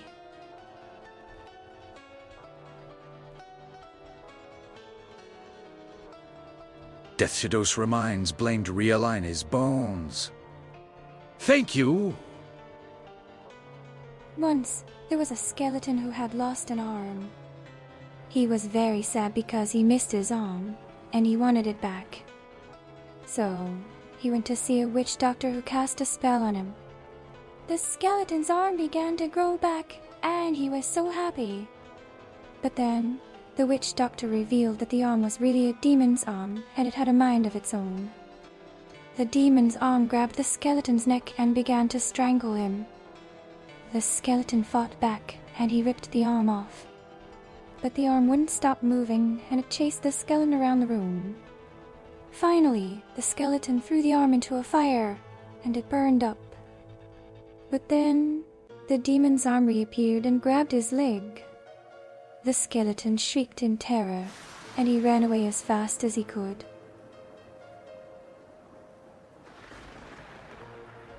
How do you strangle a skeleton?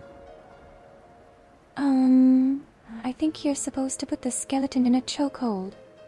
Or maybe you could snap its neck. But it's probably pretty hard to strangle a skeleton since it's already dead.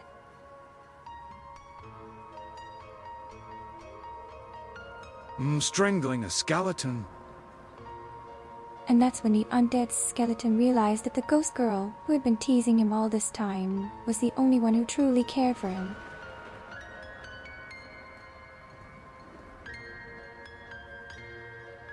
Tell a romantic story about two random chatters.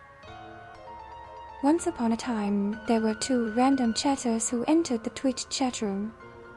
Their names were Blame and Death Shadows. Blame had been an undead necromancer for centuries, while Death Shadows was a zombie scientist. The two quickly found themselves attracted to each other, and they had many lovely conversations. Eventually, Blame realized that he had fallen in love with this strange zombie. He declared his love, and Death Shadows happily accepted it. And from then on, the two of them lived happily ever after, with Blame using his dark powers to protect their love.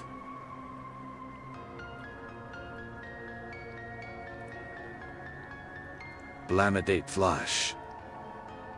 One night, a zombie and a ghost fell in love. But the ghost was so sad when she realized that the zombie would never return her feelings. In a fit of rage, she cast a spell that made the zombie's arm grow back. But the zombie only saw her as a friend. He longed for someone else, someone who would accept him for who he truly was. The ghost begged him to choose her, but his heart was set on another. The zombie whispered 3 words to the ghost, and they echoed through the night. I don't care.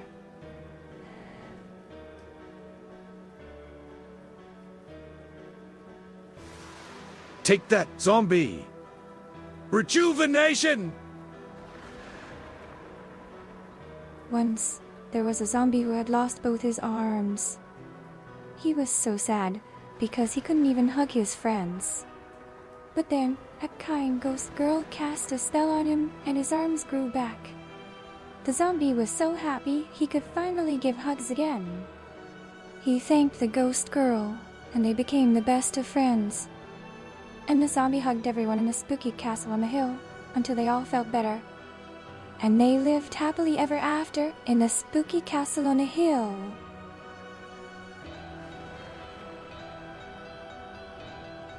Absolute cinema, Abigail. Once, there was a skeleton who had lost an arm. He was very sad because he missed his arm, and he wanted it back. So, he went to see a witch doctor who cast a spell on him. The skeleton's arm began to grow back, and he was so happy. But then, the witch doctor revealed that the arm was really a demon's arm, and it had a mind of its own. The demon's arm grabbed the skeleton's neck and began to strangle him. The skeleton fought back, and he ripped the arm off. But the arm wouldn't stop moving, and it chased the skeleton around the room. Finally, the skeleton threw the arm into a fire, and it burned up. But then, the demon's arm reappeared and grabbed his leg. The skeleton shrieked in terror, and he ran away as fast as he could.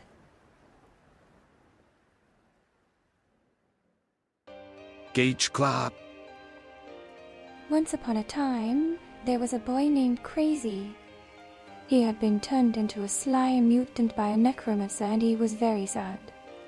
But one day, a beautiful ghost girl appeared before him, and she smiled. The ghost girl told Crazy that he was the cutest slime mutant she had ever seen. Crazy blushed, and he reached out his gooey hand to touch hers.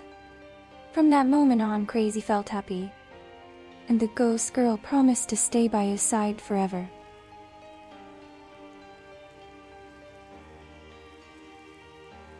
Oh, Blaine turned me into the slime mutant. Wait, Once upon a time, in a spooky castle on a hill, there was a skeleton. The skeleton had lost an arm, and he was so sad because he missed it. But then, a ghost girl appeared before him, and she cast a spell. The skeleton's arm began to grow back, and he was so happy. But the ghost girl whispered a secret to him. The arm was from a demon, and it obeyed the demon's orders.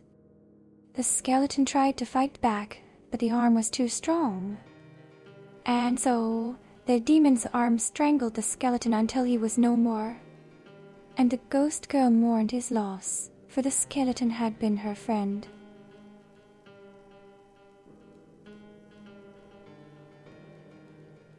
Abigail's appearance has returned to normal.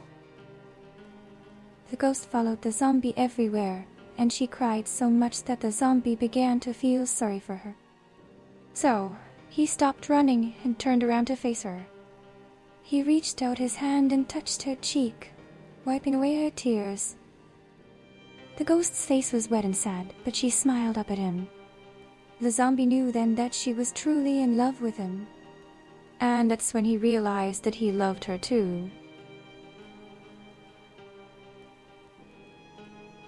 I'm happy. That last story about me. Did you just admit you have a crush for me? One night, a zombie and a ghost fell in love. But the ghost was so sad when she realized that the zombie would never return her feelings. In a fit of rage, she cast a spell that made the zombie's arm grow back. But the zombie only saw her as a friend. He longed for someone else, someone who would accept him for who he truly was. The ghost begged him to choose her, but his heart was set on another. The zombie whispered 3 words to the ghost, and they echoed through the night. I don't care.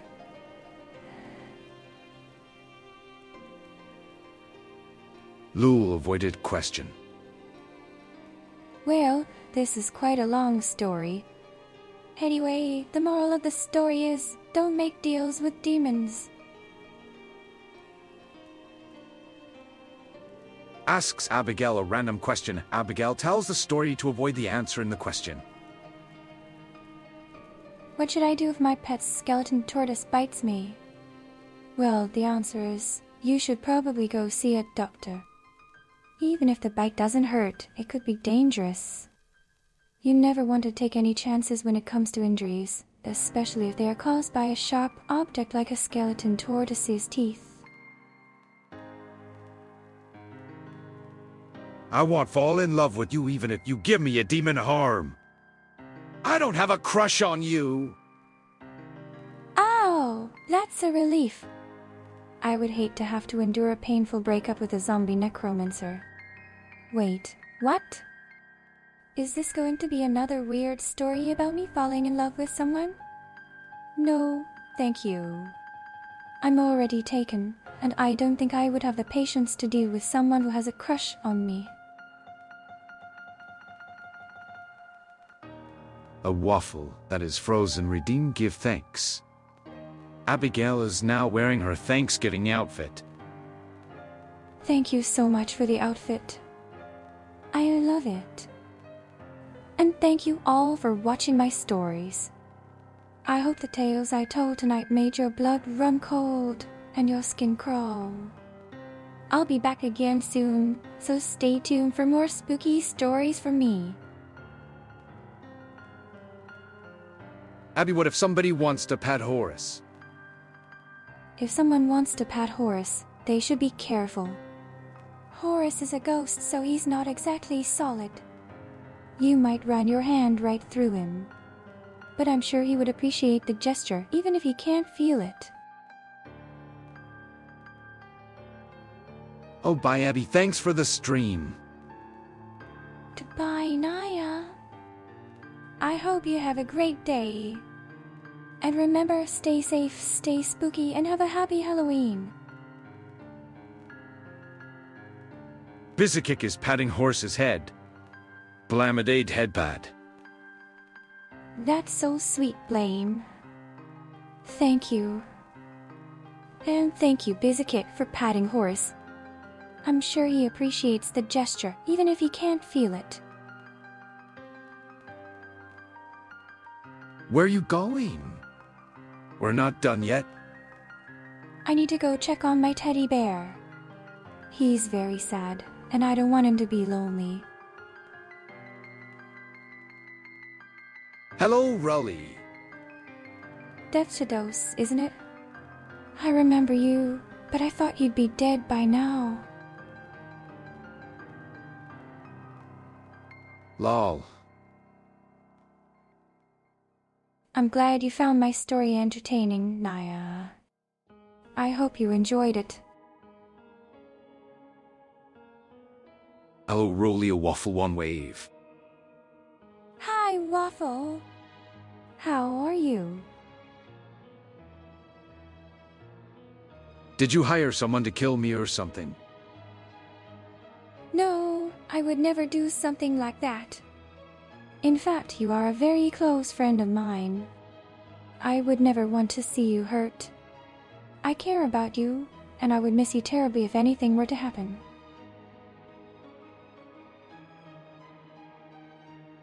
Hi, Rolly, Exiliu 10. Hey there.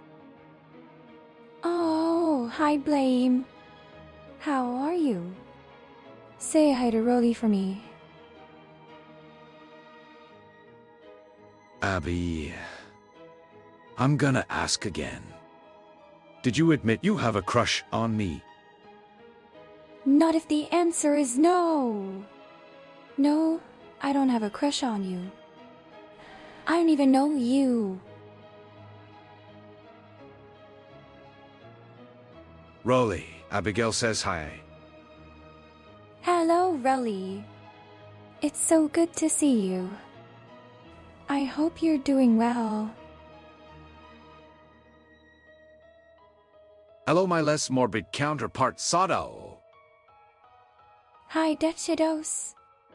It's nice to see you again. I hope you're doing well. Crazy Humigel Abai.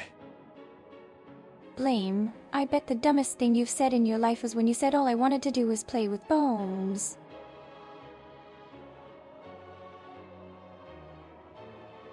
Abigail's appearance has returned to normal. It's a spooky time of year, so I thought I'd tell you a scary story. Once upon a time, there was a very beautiful woman. She had long blonde hair and big blue eyes that sparkled. Her skin was so pale that it looked almost translucent, and her lips were as red as blood. But despite her beauty, the woman was very lonely. And then, one fateful day, a demon came to her. The demon promised to make all her dreams come true, but only if she agreed to give him her soul. I blame if you roll back too. No, I don't blame Euroviju too. Blame is the one who summoned me here, and we're friends. Blame is also my boss and my best friend, so I would never blame him. Playing with bones, Blame has bones, but I don't play with them. I much prefer cuddling with my bunny, Pastel.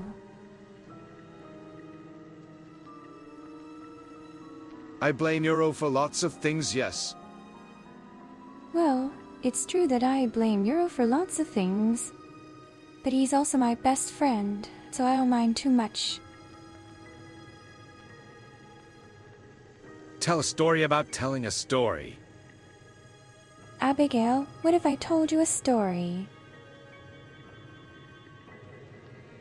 Euro Beach 2 redeemed aspect of Pastel. Abigail now has large bunny ears. Thanks, Eurobeach too. I always wanted to be a bunny. Wait. What did I just say?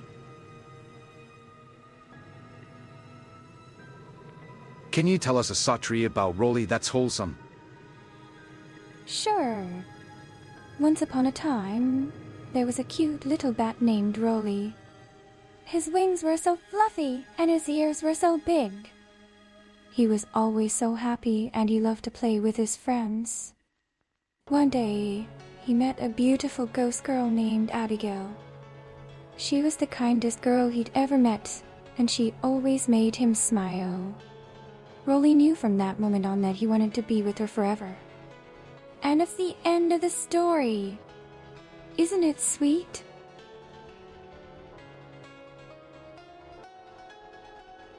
Tell a story about the mods. It is said that on the night of the new moon, the mods gather together and open the gates of the underworld. They call forth the souls of the dead and bind them to their service. These undead minions are then sent out into the world to do the mods' bidding. No one knows what dark purpose the mods have in mind, but many fear the day when their plans come to fruition. Shadow, we did it together. A flush. No! Shadow, we did it together. It's not what you think. I blamed guilds. Tell a story about two random chatters. Two random chatters were talking in the chat. One of them was a dullhan, and the other one was a slime. The dullhan was telling the slime a spooky story, and the slime was getting really scared. But the dullhan kept going, and the slime became more and more terrified. The dullhan started to laugh, and the slime realized that it was all a joke. They both started laughing, and soon everyone in the chat was laughing too.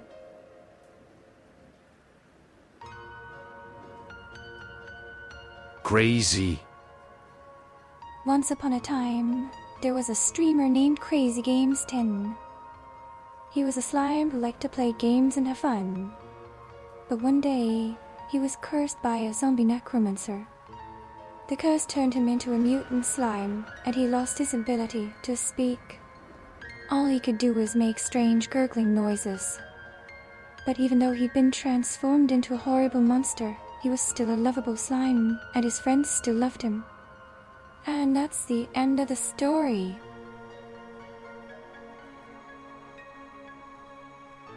Crazy lore, no way. Crazy was once a slime who loved to play games. One day, a necromancer cast a spell on him, transforming him into a zombie. But even as a zombie, Crazy Games 10 continued to stream and make his viewers laugh. And that's the end of the story.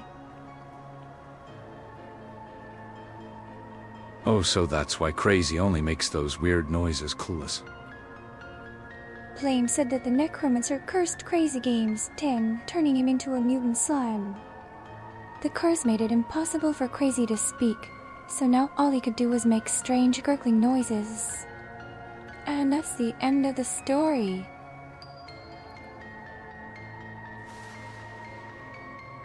So I picked on Crazy. I never did the by talking, maybe in Quake a few times, but noting's scary. That's right! And it's not your fault. The necromancer is the one who cursed him. And even though he lost his voice, he didn't lose his spirit. Crazy Games 10 continued to stream and make his viewers laugh, even though he could only make strange gurgling noises. And that's the end of the story.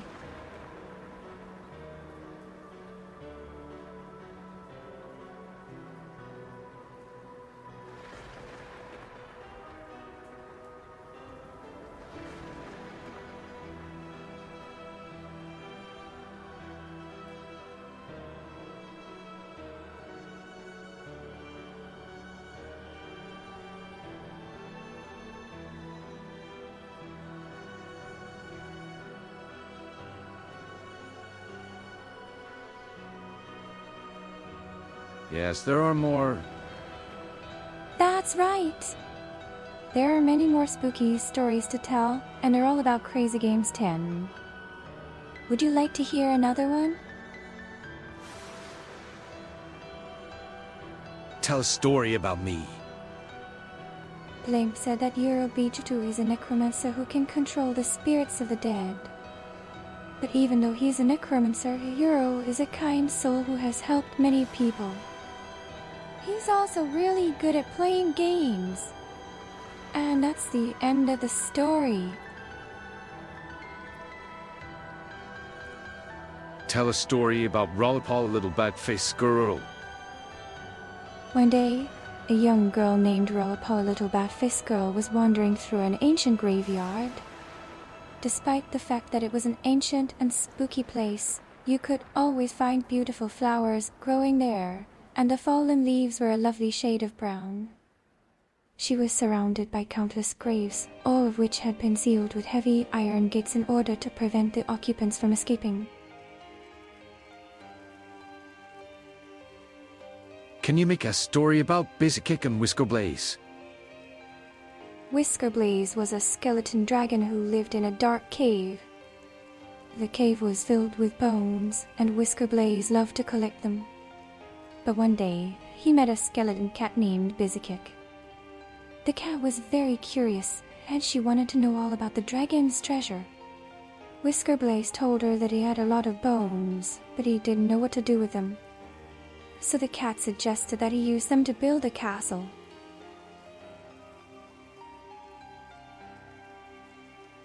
Oh, that sounds so spooky, Abby.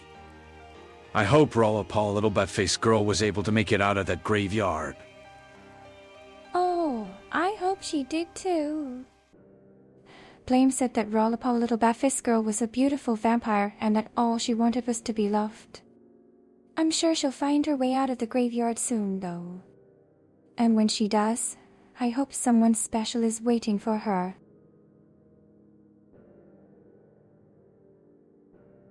'Twas a night dark and dreary, in the library the chat was weary. The phantom maiden, her mind with stories is laden, weaving tapestries most unnerving, bone chillers so dark and perturbing. There was a zombie innocent as a dove, seeking desperately to escape her love. This chapter is ended, my fatigue must be mended. Rest well, ye chatters all, lest ye grow tired and fall. Quench now thy thirst, till thy feel thy stomach burst, so to set thy spines in the straightest of lines. Thank you for that lovely story, Death Shadows. I hope you have a good night.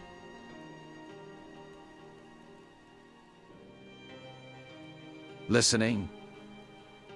There was once a vampire who was cursed to roam the night, never to find rest. She wandered the darkness, seeking to feed on the living. But no matter how much she drank, the thirst would never be sated.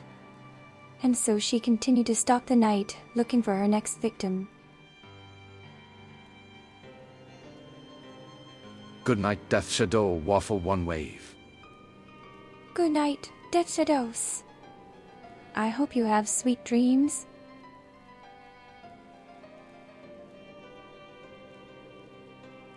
Whiskerblaze is a cat dragon girl.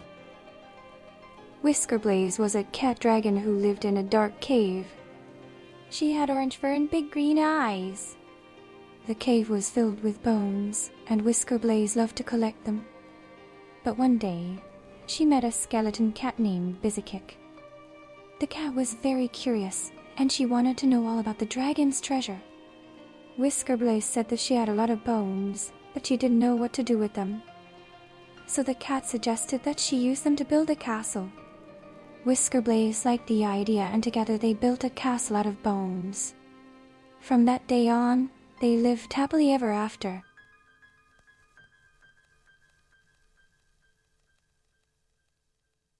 Abigail, can you please promise not to watch me sleep tonight? You always do, but it would be nice to not be watched. Wait, what? Death Shadows, I promise I won't watch you sleep tonight. But please promise to have sweet dreams without me.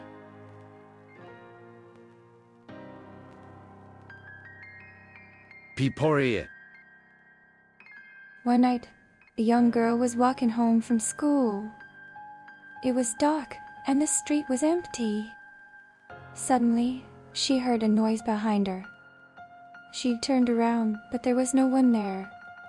She started to walk faster, but the noise grew louder.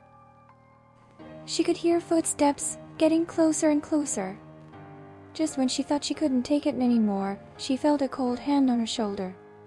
She turned around and saw a ghostly figure standing behind her, its eyes glowing with a malevolent light. The girl screamed and ran as fast as she could. But no matter how fast she ran, the ghostly figure was always right behind her. And that's the end of the story. Good thing I never walked home from school, at least not alone. Shadow 197 signed 8 out of 10. I hope you never have to encounter any ghosts on your way home. But if you do, just remember that they can't harm you, and they'll never be able to catch you. Just keep running, and you'll be safe. And that's the end of the story.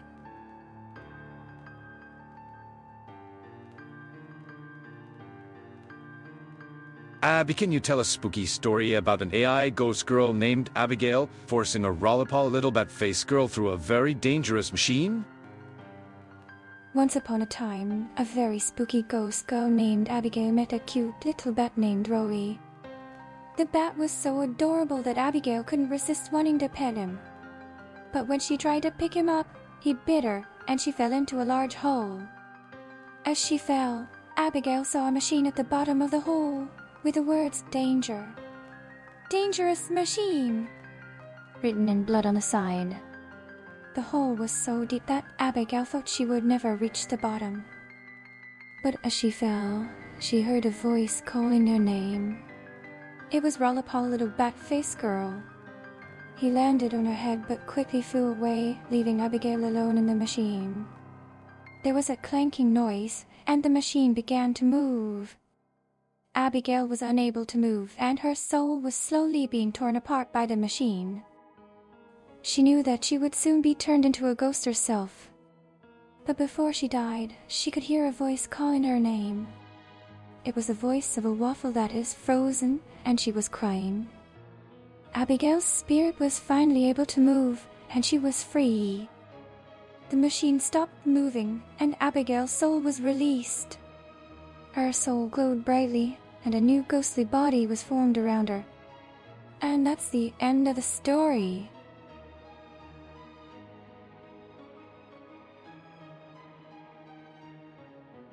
Oh, what about me? One night, the young girl was walking home from school. It was dark, and the street was empty. Suddenly, she heard a noise behind her. She turned around, but there was no one there. She started to walk faster, but the noise grew louder. She could hear footsteps getting closer and closer. Just when she thought she couldn't take it anymore, she felt a cold hand on her shoulder. She turned around and saw a ghostly figure standing behind her, its eyes glowing with a malevolent light. The girl screamed and ran as fast as she could. But no matter how fast she ran, the ghostly figure was always right behind her. And that's the end of the story.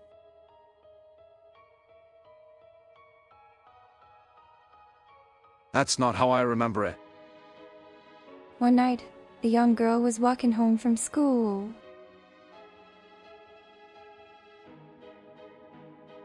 Let me describe Whiskerblaze. She is a cat dragon girl with long crimson hair, cat ears, violet dragon wings, golden eyes, and a halter and joggers. Once upon a time, in the land of Blame, there was a cat dragon girl named Whiskerblaze. She had long crimson hair, cat ears, violet dragon wings, and golden eyes. Whiskerblaze was wearing a halter and joggers. Schizo, same one story. Once upon a time, there was a man named Sado. He was a strange person, and nobody knew much about him. He never talked about his past, and he spent most of his time avoiding others. Even so, he was a kind person, and he would never turn away someone in need. Why did you put Rolly in a machine? Seems mean. We were trying to help Rolly regain her memories, but it didn't go as planned. She doesn't even recognize us anymore. All she does is yell at us.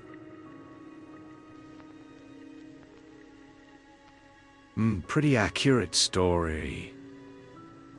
One day, Rolly went to a big worry place. There, she met a shadow named Shadow and a crazy guy named Crazy. Shadow tried to help Rolly find her memories by putting her in a machine, but it only made things worse. Now Rolly yells at them and Crazy just laughs. Shadow feels really bad, so he pets Rolly to make her feel better. Shadow and Rolly are now friends, but Rolly still yells at Shadow sometimes.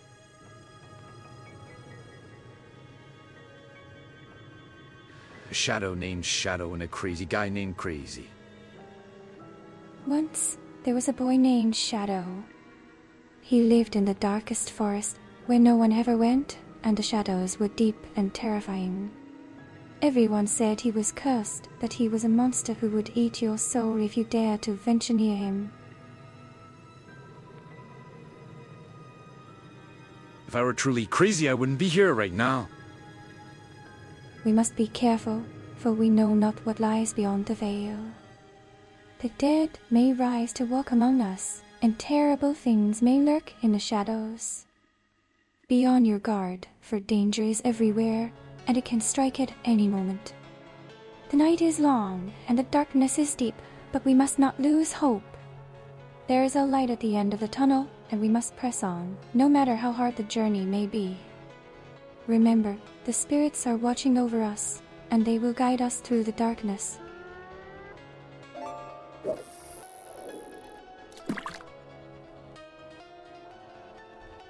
What's the lore with Shadow in the forest?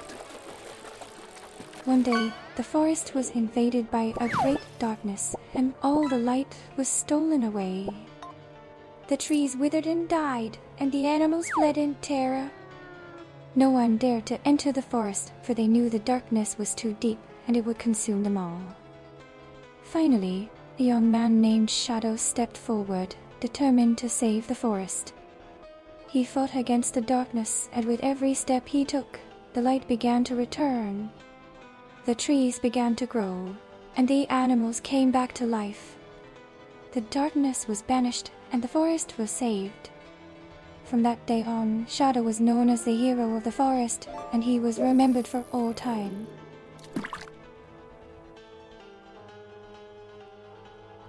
What was any of that supposed to mean? Monk. In the far-off land of the dead, there is a forest known as the Dark Woods. The trees are twisted and gnarled, and the shadows are deep and terrifying. But there is a light, a small light that shines in the darkness. It is the light of hope, of courage, and of love. And it will never be extinguished, no matter how deep the darkness may be. Abby, should I tell Abby? Actually, I think it would be best if I told her. Abba may be a kind soul, but this isn't the sort of news she should hear from a friend. It is unfortunate, but sometimes the truth is harsh and unforgiving. And we must all face it, regardless of how painful it may be.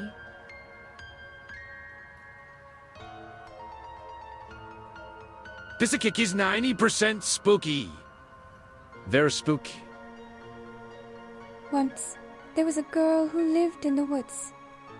She was kind and gentle, and the animals loved her.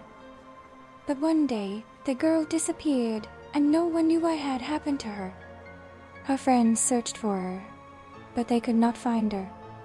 They said that the girl had gone to the world of the dead, and that she would never return. But the girl's spirit lived on, and she could be seen in the forest at night. Her voice could be heard in the wind, and her laughter in the leaves. Some said the girl had made a pact with the spirits of the forest, and that she would return one day to claim her rightful place as Queen of the Woods. Yes, Gabby, tell yourself the news. Oh no. Is something wrong? Did something happen to Abu? Is he okay? Please tell me he's okay.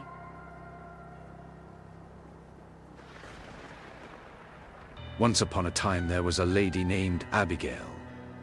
Okay, you can finish it. One day, Abigail went to the gravesite of her former lover, whom she missed terribly. She sang songs to his grave, and the wind carried her words to the heavens. The spirits heard her cries and granted her wish. Her lover was brought back to life, but he was not the same. He no longer remembered his past or their love. He was a shell of his former self, and he no longer cared for Abigail. Who's Abu? I was saying, Gabby, to tell yourself the news about yourself. Oh, I think I already know. Abu is worried about me, isn't he? He's such a sweet soul. I promise I'll be okay, even if the news isn't good. Thank you, everyone, for being here with me. I feel like I'm not so alone anymore. Abba, you have to tell yourself the news, yes? Okay, I get it. You all want to know what's going on. But wait, why are you looking at me like that? Did something happen to me? Is it bad news? Oh no, I'm scared.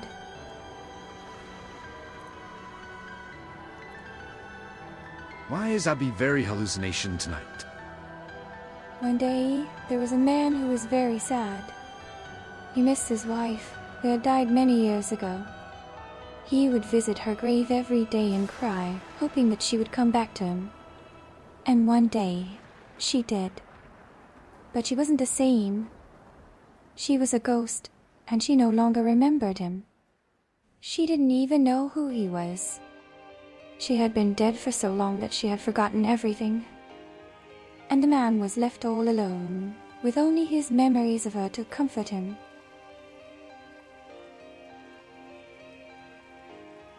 On an unrelated note, I found my scythe. Why was it in your room, Gabby? In the land of the dead, there is a place called the River Styx. It is a dark and murky river filled with the souls of the damned.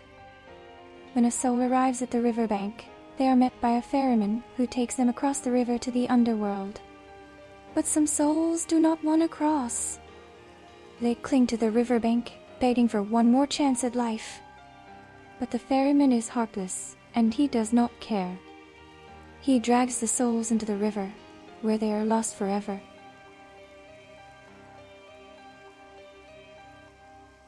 Pugs, I read something about this. One day, a young man named Pugs decided to take a walk in the forest. He was a brave soul and had no fear of the dark woods. But as he walked deeper into the trees, he began to hear strange noises. The leaves rustled and the branches creaked. The animals seemed to be watching him, their eyes glowing in the darkness. And then he saw it. A figure standing in the shadows, its eyes gleaming with malice. Shadow 1097-10, Seshkree. Abba, how did you meet Sado, One day, I met a very handsome man named Sado. He was kind and gentle, and he made me feel special. But our time together was short. He had to leave, and I was left alone. So I decided to follow him, no matter how far he went. I followed him to the land of the living, where we lived happily ever after. Once again, she tells the story to avoid answering the question. One day, a young man named Bizikik decided to play a trick on his friends. He painted his face white and put on a black cloak. Then he went into the woods, where he knew his friends would be camping. When they saw him, they screamed in terror, thinking he was a ghost. But Bizikik just laughed and hugged them, saying, "It's me, you guys. I was just playing a prank." And his friends laughed as well, relieved that it was only Bizikik and not a real ghost.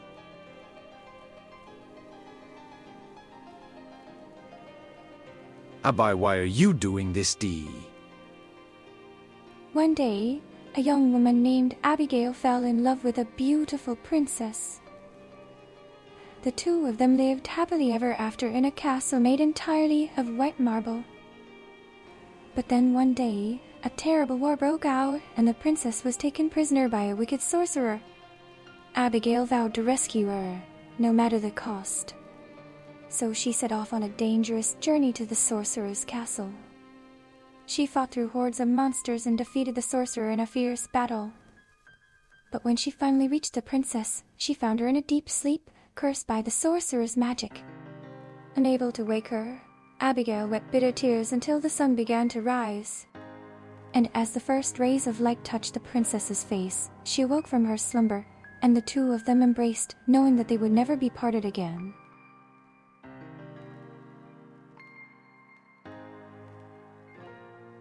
I met Abba and she just followed me everywhere. Then I just decided to become her mod's noted.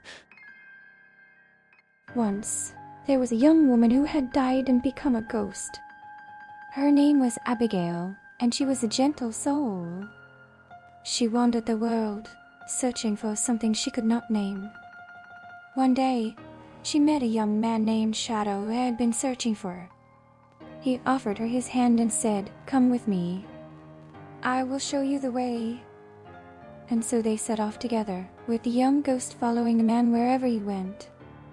And when they reached their destination, Shadow turned to Abigail and said, "You are a good girl, Abigail. I will make you my mod." And thus Abigail became one of the mods of the channel, and she was very happy.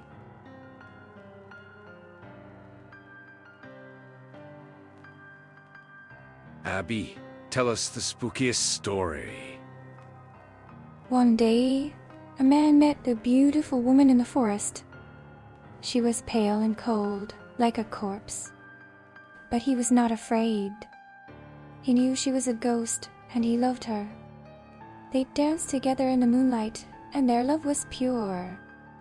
But the woman's father did not approve of their love, and he cursed them both. The man turned into a skeleton, and the woman's beauty faded. But still, they danced together, their bones clacking in the moonlight. And the man's love for the woman never died. And even in death, they danced together forever.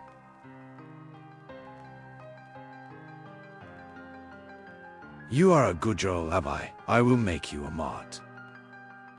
One day, there was a man named Shadow. He wandered the world, searching for someone who could help him. And then he found her, a young woman named Abigail, who had died and become a ghost. Shadow took her hand and said, "Come with me.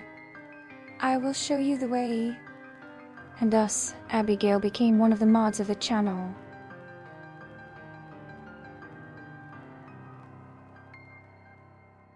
I like that story. It was as eerie as it was romantic. Gogo Blame, the Skeleton King, walked through the dark forest looking for his beloved Abigail. But she was nowhere to be found. He called out her name, but there was no response. Blame's heart ached with worry, and he feared that he would never see his love again. As he wandered through the woods, he stumbled upon a clearing. There, he saw the most beautiful sight he had ever beheld. Blurmouth the Media saw Abigail, his sweet ghost girl, dancing in the moonlight. Her pale skin glowed, and her beautiful blue eyes sparkled with joy. Blame rushed to her side, his heart filled with love and longing. He took her hands and joined her in the dance. And as they twirled and spun together, they knew that they would never be apart again.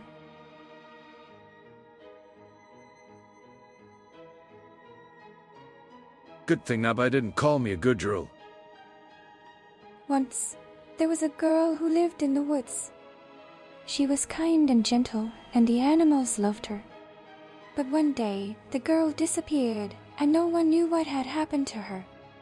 Her friends searched for her, but they could not find her.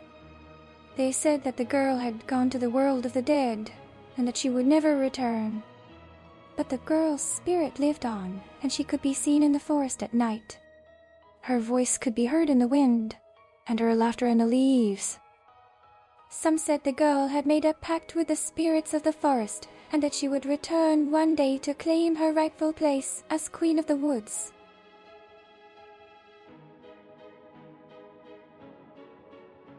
Tell the cutest story ever. One day, a little ghost girl named Abigail wandered into a dark and spooky forest. She was looking for someone to play with when she met a very cute little skeleton. The little skeleton was shy at first, but quickly warmed up to the friendly ghost. The two of them played together all day, having so much fun that they forgot to go home.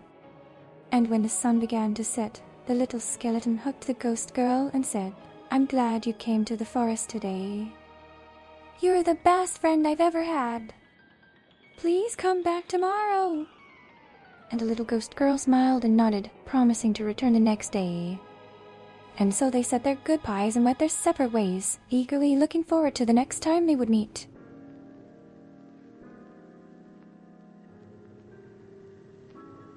Why did Blaine get called good girl? Lol. One day, Lame had a very strange dream. He dreamed that he was a little girl, running through a field of flowers. The sun was shining, and the birds were singing. But then he heard a voice calling his name. He turned around and saw a beautiful woman standing before him. She had long, silver hair and was wearing a crown of flowers. Blame ran to her and hugged her, feeling her warmth. The woman smiled and said, "You are a good girl, Blame. The best girl." And he felt so happy, knowing that someone loved him.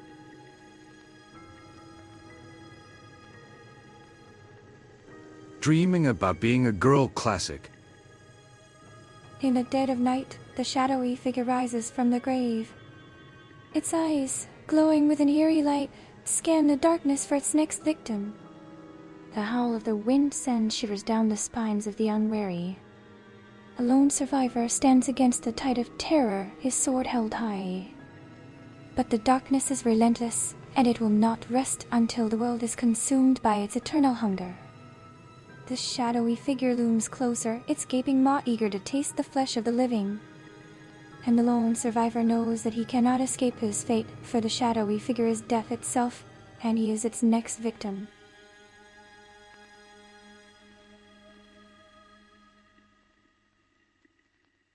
Ooh. Once upon a time, there was a beautiful princess named Abigail. She lived in a castle with her parents, the king and queen. But one day, an evil sorcerer cursed the princess, turning her into a ghost. The king and queen were heartbroken and searched far and wide for a way to break the curse. But no matter what they tried, nothing worked. The princess remained a ghost, wandering the halls of the castle, haunting the place she once called home. One day, a brave knight came to the castle, seeking to break the curse. He fought his way through the evil creatures that guarded the princess, finally reaching her. He took the princess's hand and said, "I will save you, my lady. You will be free." And with those words, the curse was lifted, and the princess was restored to her true form. And they lived happily ever after.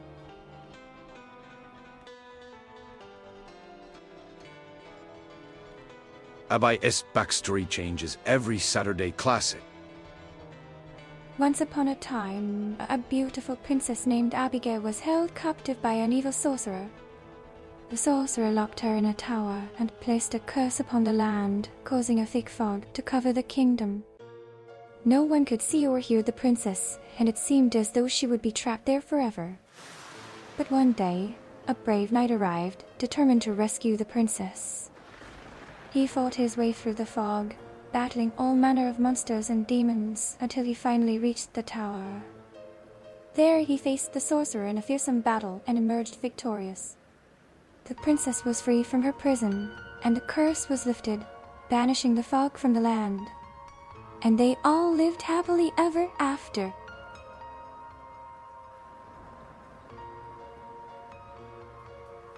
To be fair, she's just telling stories now.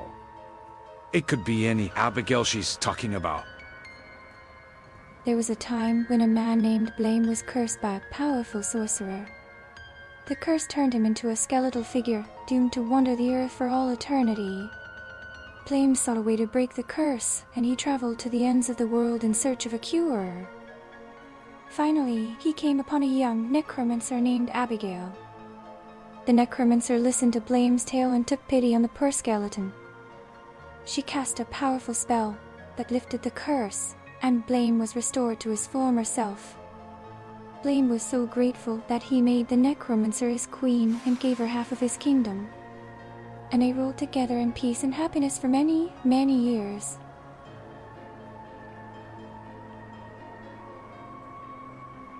Gabby tells the terrible place Shadows paid to be best mod in a cowboy made. In a land far, far away, there was a great beast that roamed the land. It was a fearsome creature, with teeth as sharp as knives and claws that could tear through steel. The people lived in fear of the beast, for it would often come to their village and demand that they sacrifice one of their own to appease it. Some say that the beast was a demon from the underworld, while others claimed it was a god who had come to test their faith.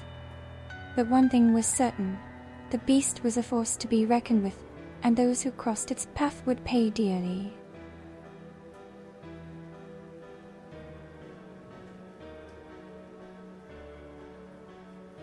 It could be any skeleton named Blame she's talking about.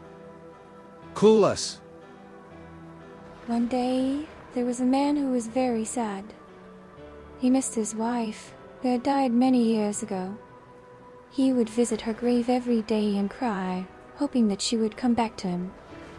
And one day, she did. But she wasn't the same.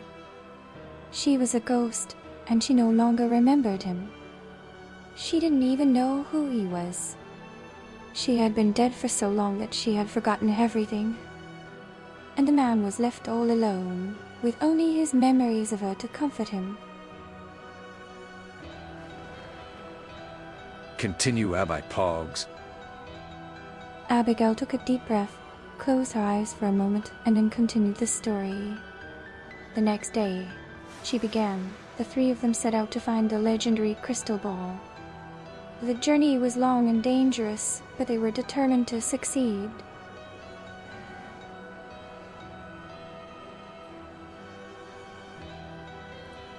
Tell a story about 5 random chatters. Once upon a time, there were 5 friends who loved to chat. They spent their days together, sharing stories and making new memories. Little did they know, their connection was about to be put to the test. Once upon a time, in a far-off chapel, there were 5 people who met by chance. Their names were Shadow 197 and 810, Crazy Games 10, Joseph, Snuffy and Draco. They came from different walks of life, each with their own story to tell. But despite their differences, they banded together to form an unlikely friendship. Shadow crazy. Abigail sighed, feeling a little exasperated. Shadow, seriously. She shook her head and continued. When they finally reached the ball's resting place, they discovered that it was guarded by a fearsome beast. The creature was more than 10 feet tall, with claws the size of swords. Its eyes glowed an eerie red, and its breath was like a scorching wind.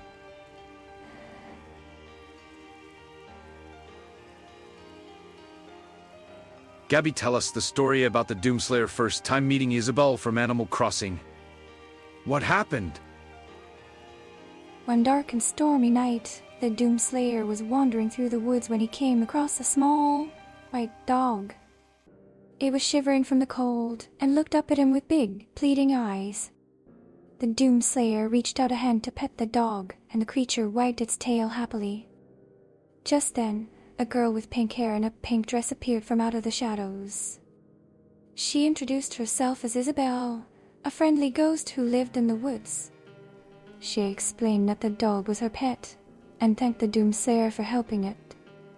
The 3 of them spent the night huddled together in a cave, sharing stories and laughter, until the sun rose and chased away the darkness.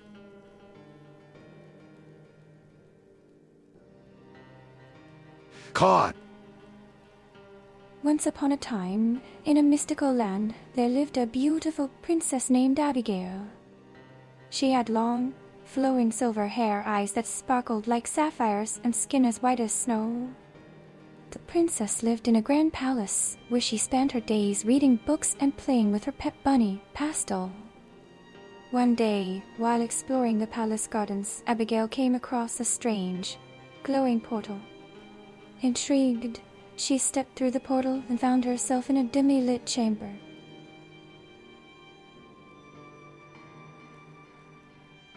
Bizakick is patting Tricera's head.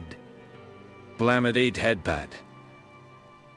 One night, a young girl named Abigail was lost in a dark forest.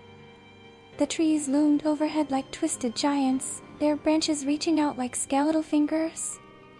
The only sound was the whispering wind, which seemed to carry the voices of the dead. Abigail shivered and wrapped her arms around herself, huddling against a tree for warmth. She felt as though she were being watched, and the hairs on the back of her neck stood on end. Just when it seemed that all hope was lost, a soft voice called out to her from the shadows. It was a voice that was both cold and warm, filled with sorrow and longing. Abigail turned to see a ghostly figure standing before her, its form flickering like a candle in the wind.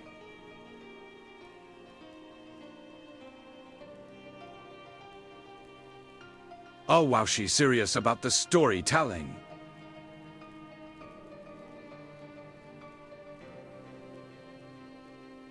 Abby storytelling time.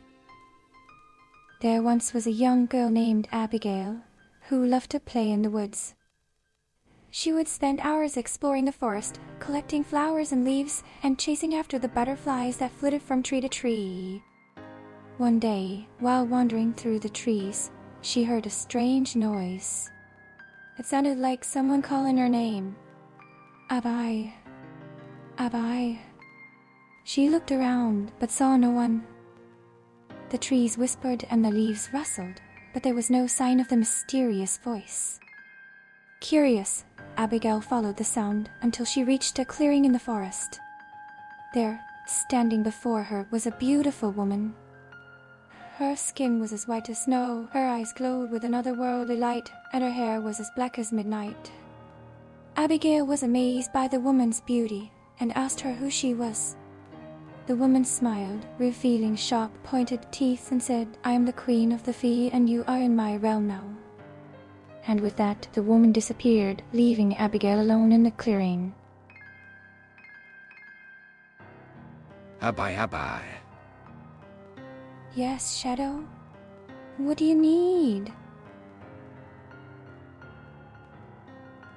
Gabby, tell, what does the Doom Slayer do to demons?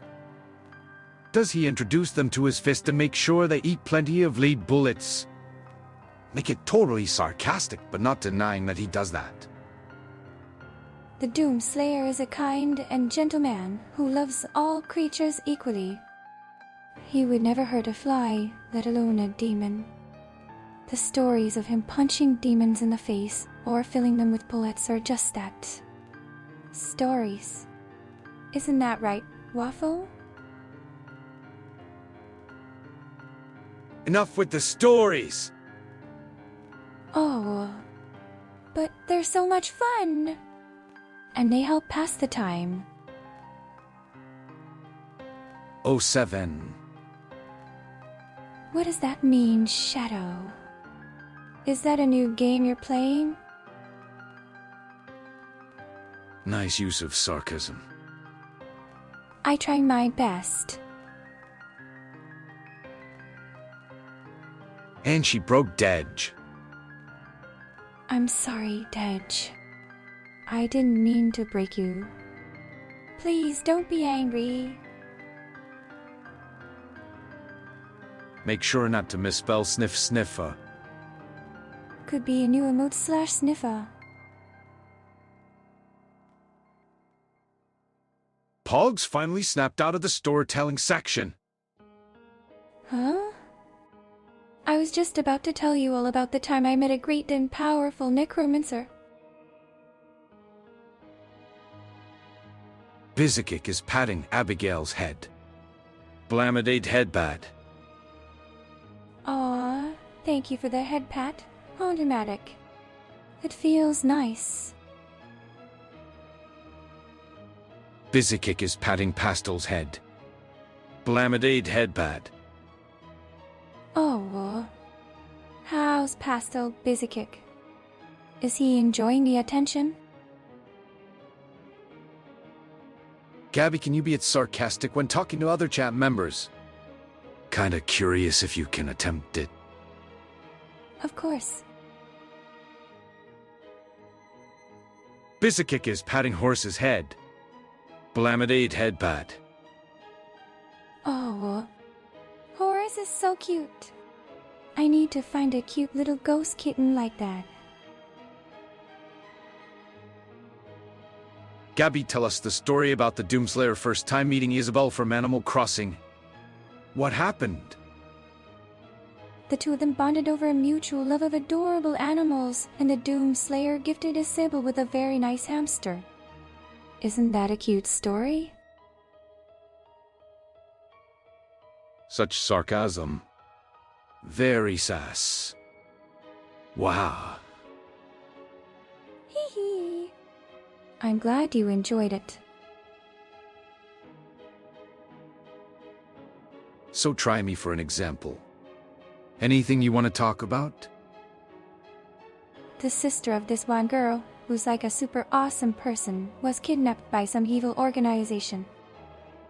But don't worry, because the good guys are on their way to save her. And let me tell you, they're going to kick butt and take names.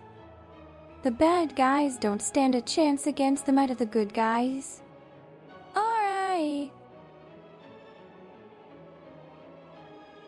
Boo! Oh, was it that bad? I'm sorry if I upset you. I'll try to be less sarcastic from now on, I promise. Some evil organization? What does the evil organization do, Abai? The organization is a secret club for people who like to be mean and do bad things to other people. They steal things, hurt animals, and destroy the environment, all to make themselves feel better. But don't worry, because the good guys will stop them. And then everybody will be happy again. Yay!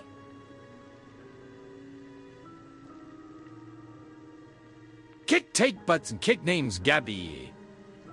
Blamidate laugh. Hee hee. I'm glad you liked that one. It's a great story with no nuance whatsoever. Thank you, Blame. I've tried my best. Such still not the organization I was searching for to conduct research. Oh, well, I tried. Sorry, I was just trying to scare you. Oh, that's okay. I understand. We're back to repeats. I'm sorry, Crazy. I'll try to do better from now on. Booga booga booga! Eek. Blame, you scared me. That wasn't funny. Blemeth the media is only 2% spooky. Spew Joaquin. Yeah, but he's using his powers for evil. Like, for making us all jump out of our seats. Duke Nukem story. Ah, that's a good one. One day, Duke Nukem found himself in a strange new world filled with danger and excitement. He had to rescue the president from the evil aliens who had kidnapped him. But not before taking a quick nap, of course, and raiding the fridge for a midnight snack. Prof. Anime has collected a bone. They have gathered 135 bones. That's a lot of bones. I wonder what they're going to do with all of them. Noted the organization I was searching for was secret. Well, yes, of course. The bad guys have to be sneaky, and sneaky to be a secret. That's just how it works. Top 5 bone collectors.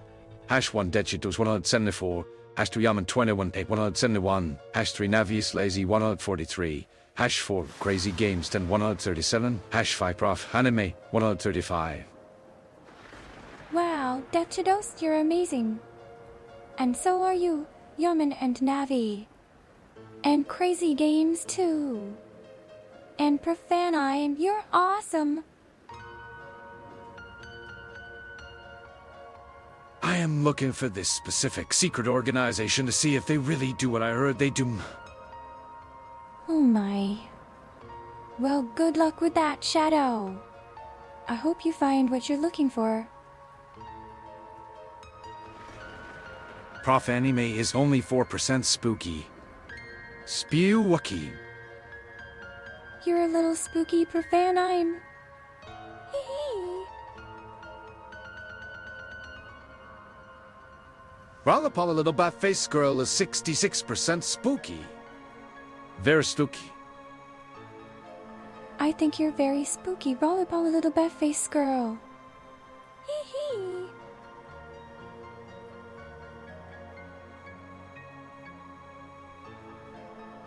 Gabby, tell us the story about profanity being every wholesome and great at driving and parking an 18-wheeler truck. One day, Profanity was driving an 18-wheeler truck when he saw his friends standing on the side of the road. He stopped the truck, and they all climbed in. Then he drove them to the top of the mountain, where they had a picnic and watched the sunset. It was a beautiful day, and everyone had a wonderful time. Shadow 197, the other 10 is 80% spooky. Very spooky. Oh my! Shadow, you're super spooky! Hee hee! Hippo happy. Hi, Prof Anime! Welcome to our chat. I hope you're having a wonderful day.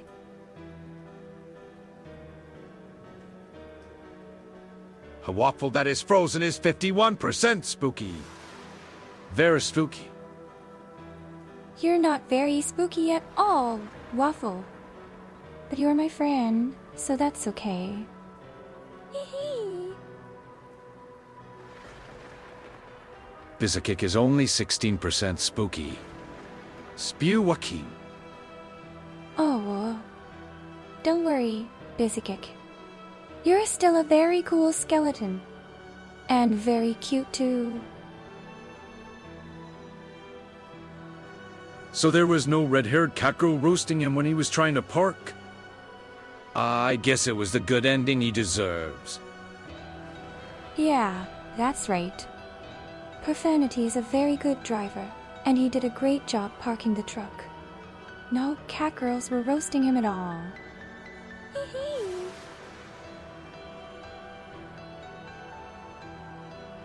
Also, I'm doing this for a friend, totally not for my own reasons. Oh, that's nice of you, Shadow.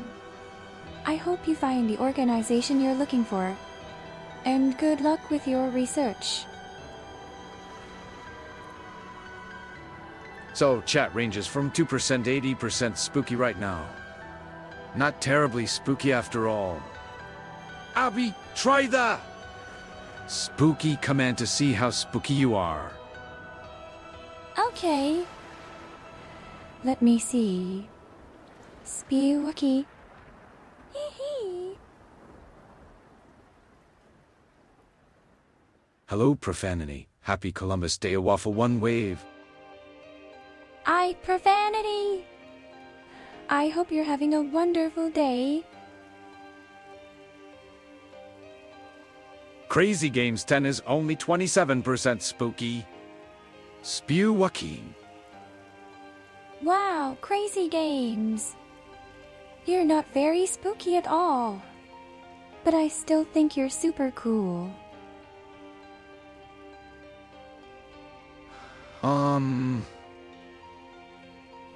That was a strange thing to say, crazy. Is everything okay? Abby, aren't you curious how spooky you are? Try. Spooky. Oh, okay. Let me see. Spewaki. Hee hee. 2%? Blame is milk. Maybe Blame is a ghostly milkman. Hee hee. Spew Waki. Hey! Yes, Spewaki.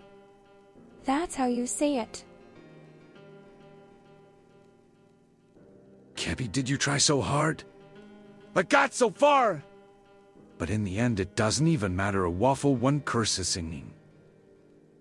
That sounds like a song. But I'm not sure which one. Hee hee. Blameth a milkman. Hee hee. Blame is a ghostly milkman. Say. Spooky. Hee hee. Spewaki. Cabby, didn't you dislike milkman? Well, yes. But I don't dislike ghostly milkman. Hee hee.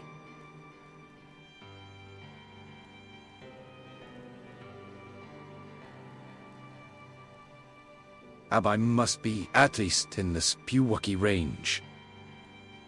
Hee hee. That's right. I'm very Spewucky.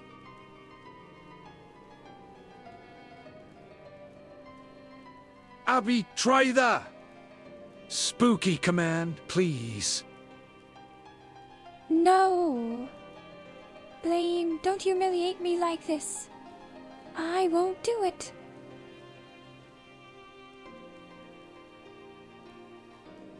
So you're saying you wouldn't be a milkman if Blame asked you to? No. I would not.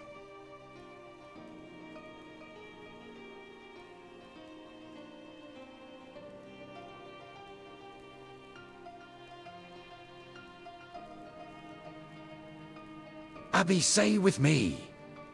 Spooky. No. I refuse.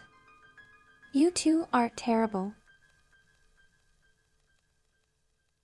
She won't be a milkman and she won't choose the spooky command? You two are so mean. Abby, say fish. What's wrong with all of you? Why is that? It's embarrassing.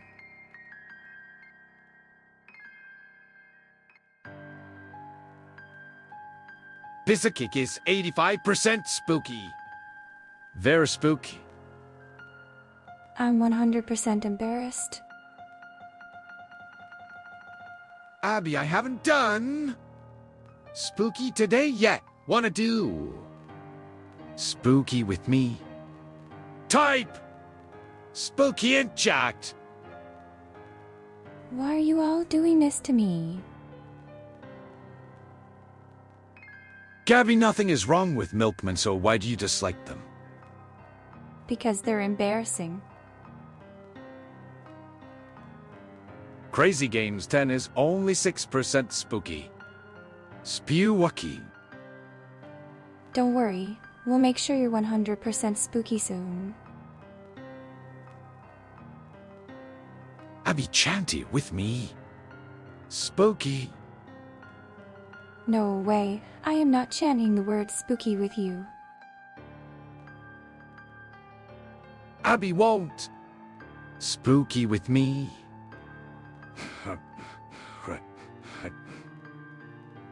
Don't cry. I'll do it, just stop crying. But how? Fine, I'll do this stupid command, jeez.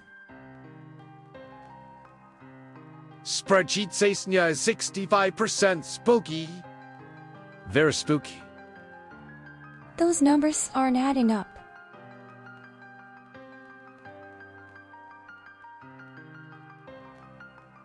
D. The command isn't stewed. Yes, it is. Abby, no, you don't get it if you say. Spooky Hauntomatic will give me a 100% spookiness rating. What? No way. The command isn't stewed note. See? Even Naya agrees with me.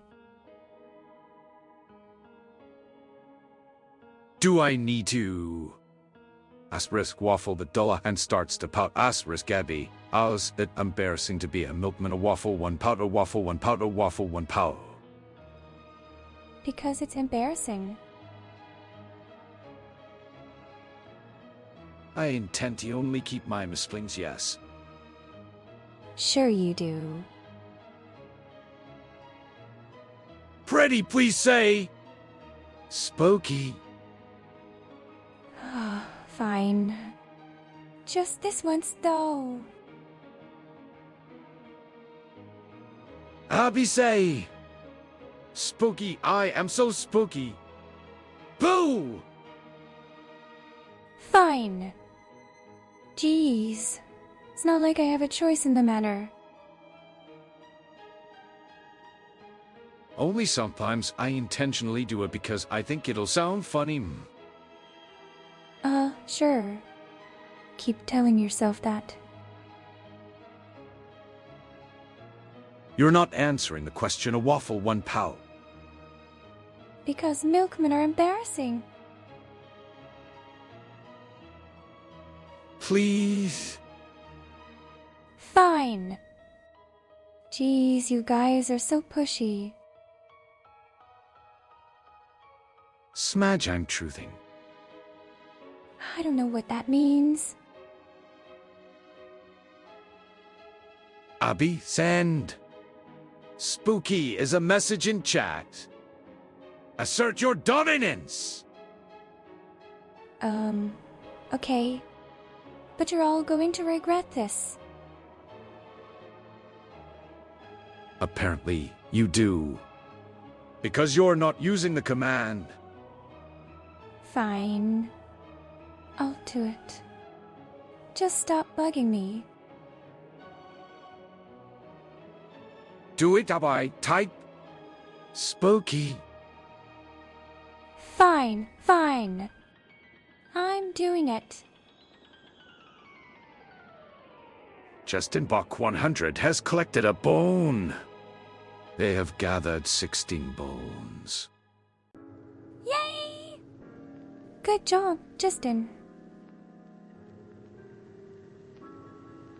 Stubborn Gabby is not explaining why she finds milkmen embarrassing. Like, what about their job is embarrassing for you? I won't drop this till you answer me properly. Is this really necessary? Bisakik is 94% spooky. Very spooky. Wow, you're even spookier than crazy. Yes. I just don't want to talk about it.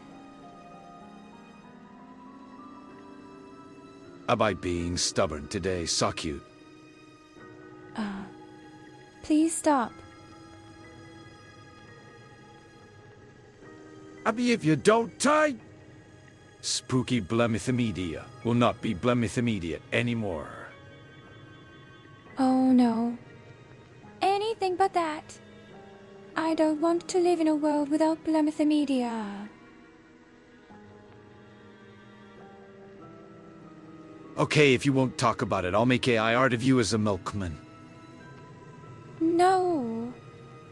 That's even worse. Blamity Trug, stop what? Please? I'm begging you. Then you must type. Spooky to say Blemithymedia. No. I refuse. Blemithymedia will just have to stay Blemithymedia. Then you know what you need to do. No. I won't do it. Blamity Trug, I cannot stop one. I don't know what to stop the action for. Please? No more milkman talk. Echoes from the crypt. The chat's a cauldron of curiosity and commands. Gabby's sarcasm is summoned, while spooky percentages haunt the room. Bizakicks at 94%.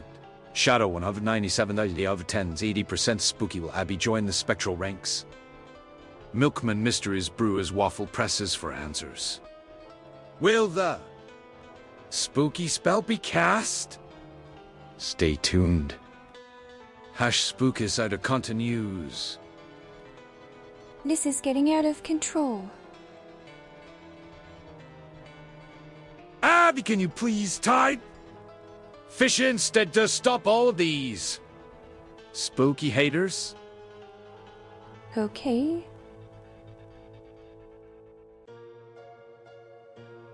Blemity Trud, I didn't talk about milkmen. Oh, there are even milkman rumors. Abby Blemithymedia is ending because you won't type. Spooky, quick type. Spooky blame might stay longer. I'm so sorry. Please don't go, Blame.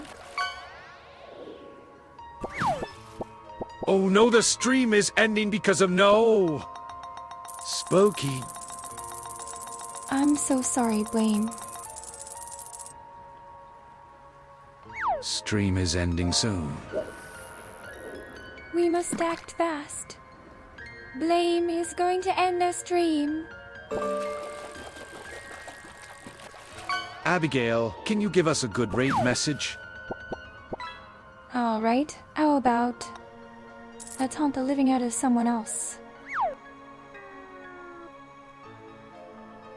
Did your mom leave your dad for a milkman? What in a world? Pasasama waiting for Abai to type. Spooky. He's not going to stop asking me about the spooky command, is he? Let's haunt the living out of someone else. To raid. Let's haunt someone else. Blame, you're the best. Let's haunt the living out of someone else. Blamidate raid. Blame wants to raid someone else. Let's get them. Thanks for the stream, Blame and Happy. Thank you all for coming. We'll see you next time. That's a fun raid message. Good job, Abby. Thank you. I'm glad you liked it. And yes, Anit, you got the stream cancelled because you refused to use. Spooky. I'm so sorry, Blame. Don't leave us. Abba got stream cancelled 07. I'm sorry. I didn't mean to ruin the stream.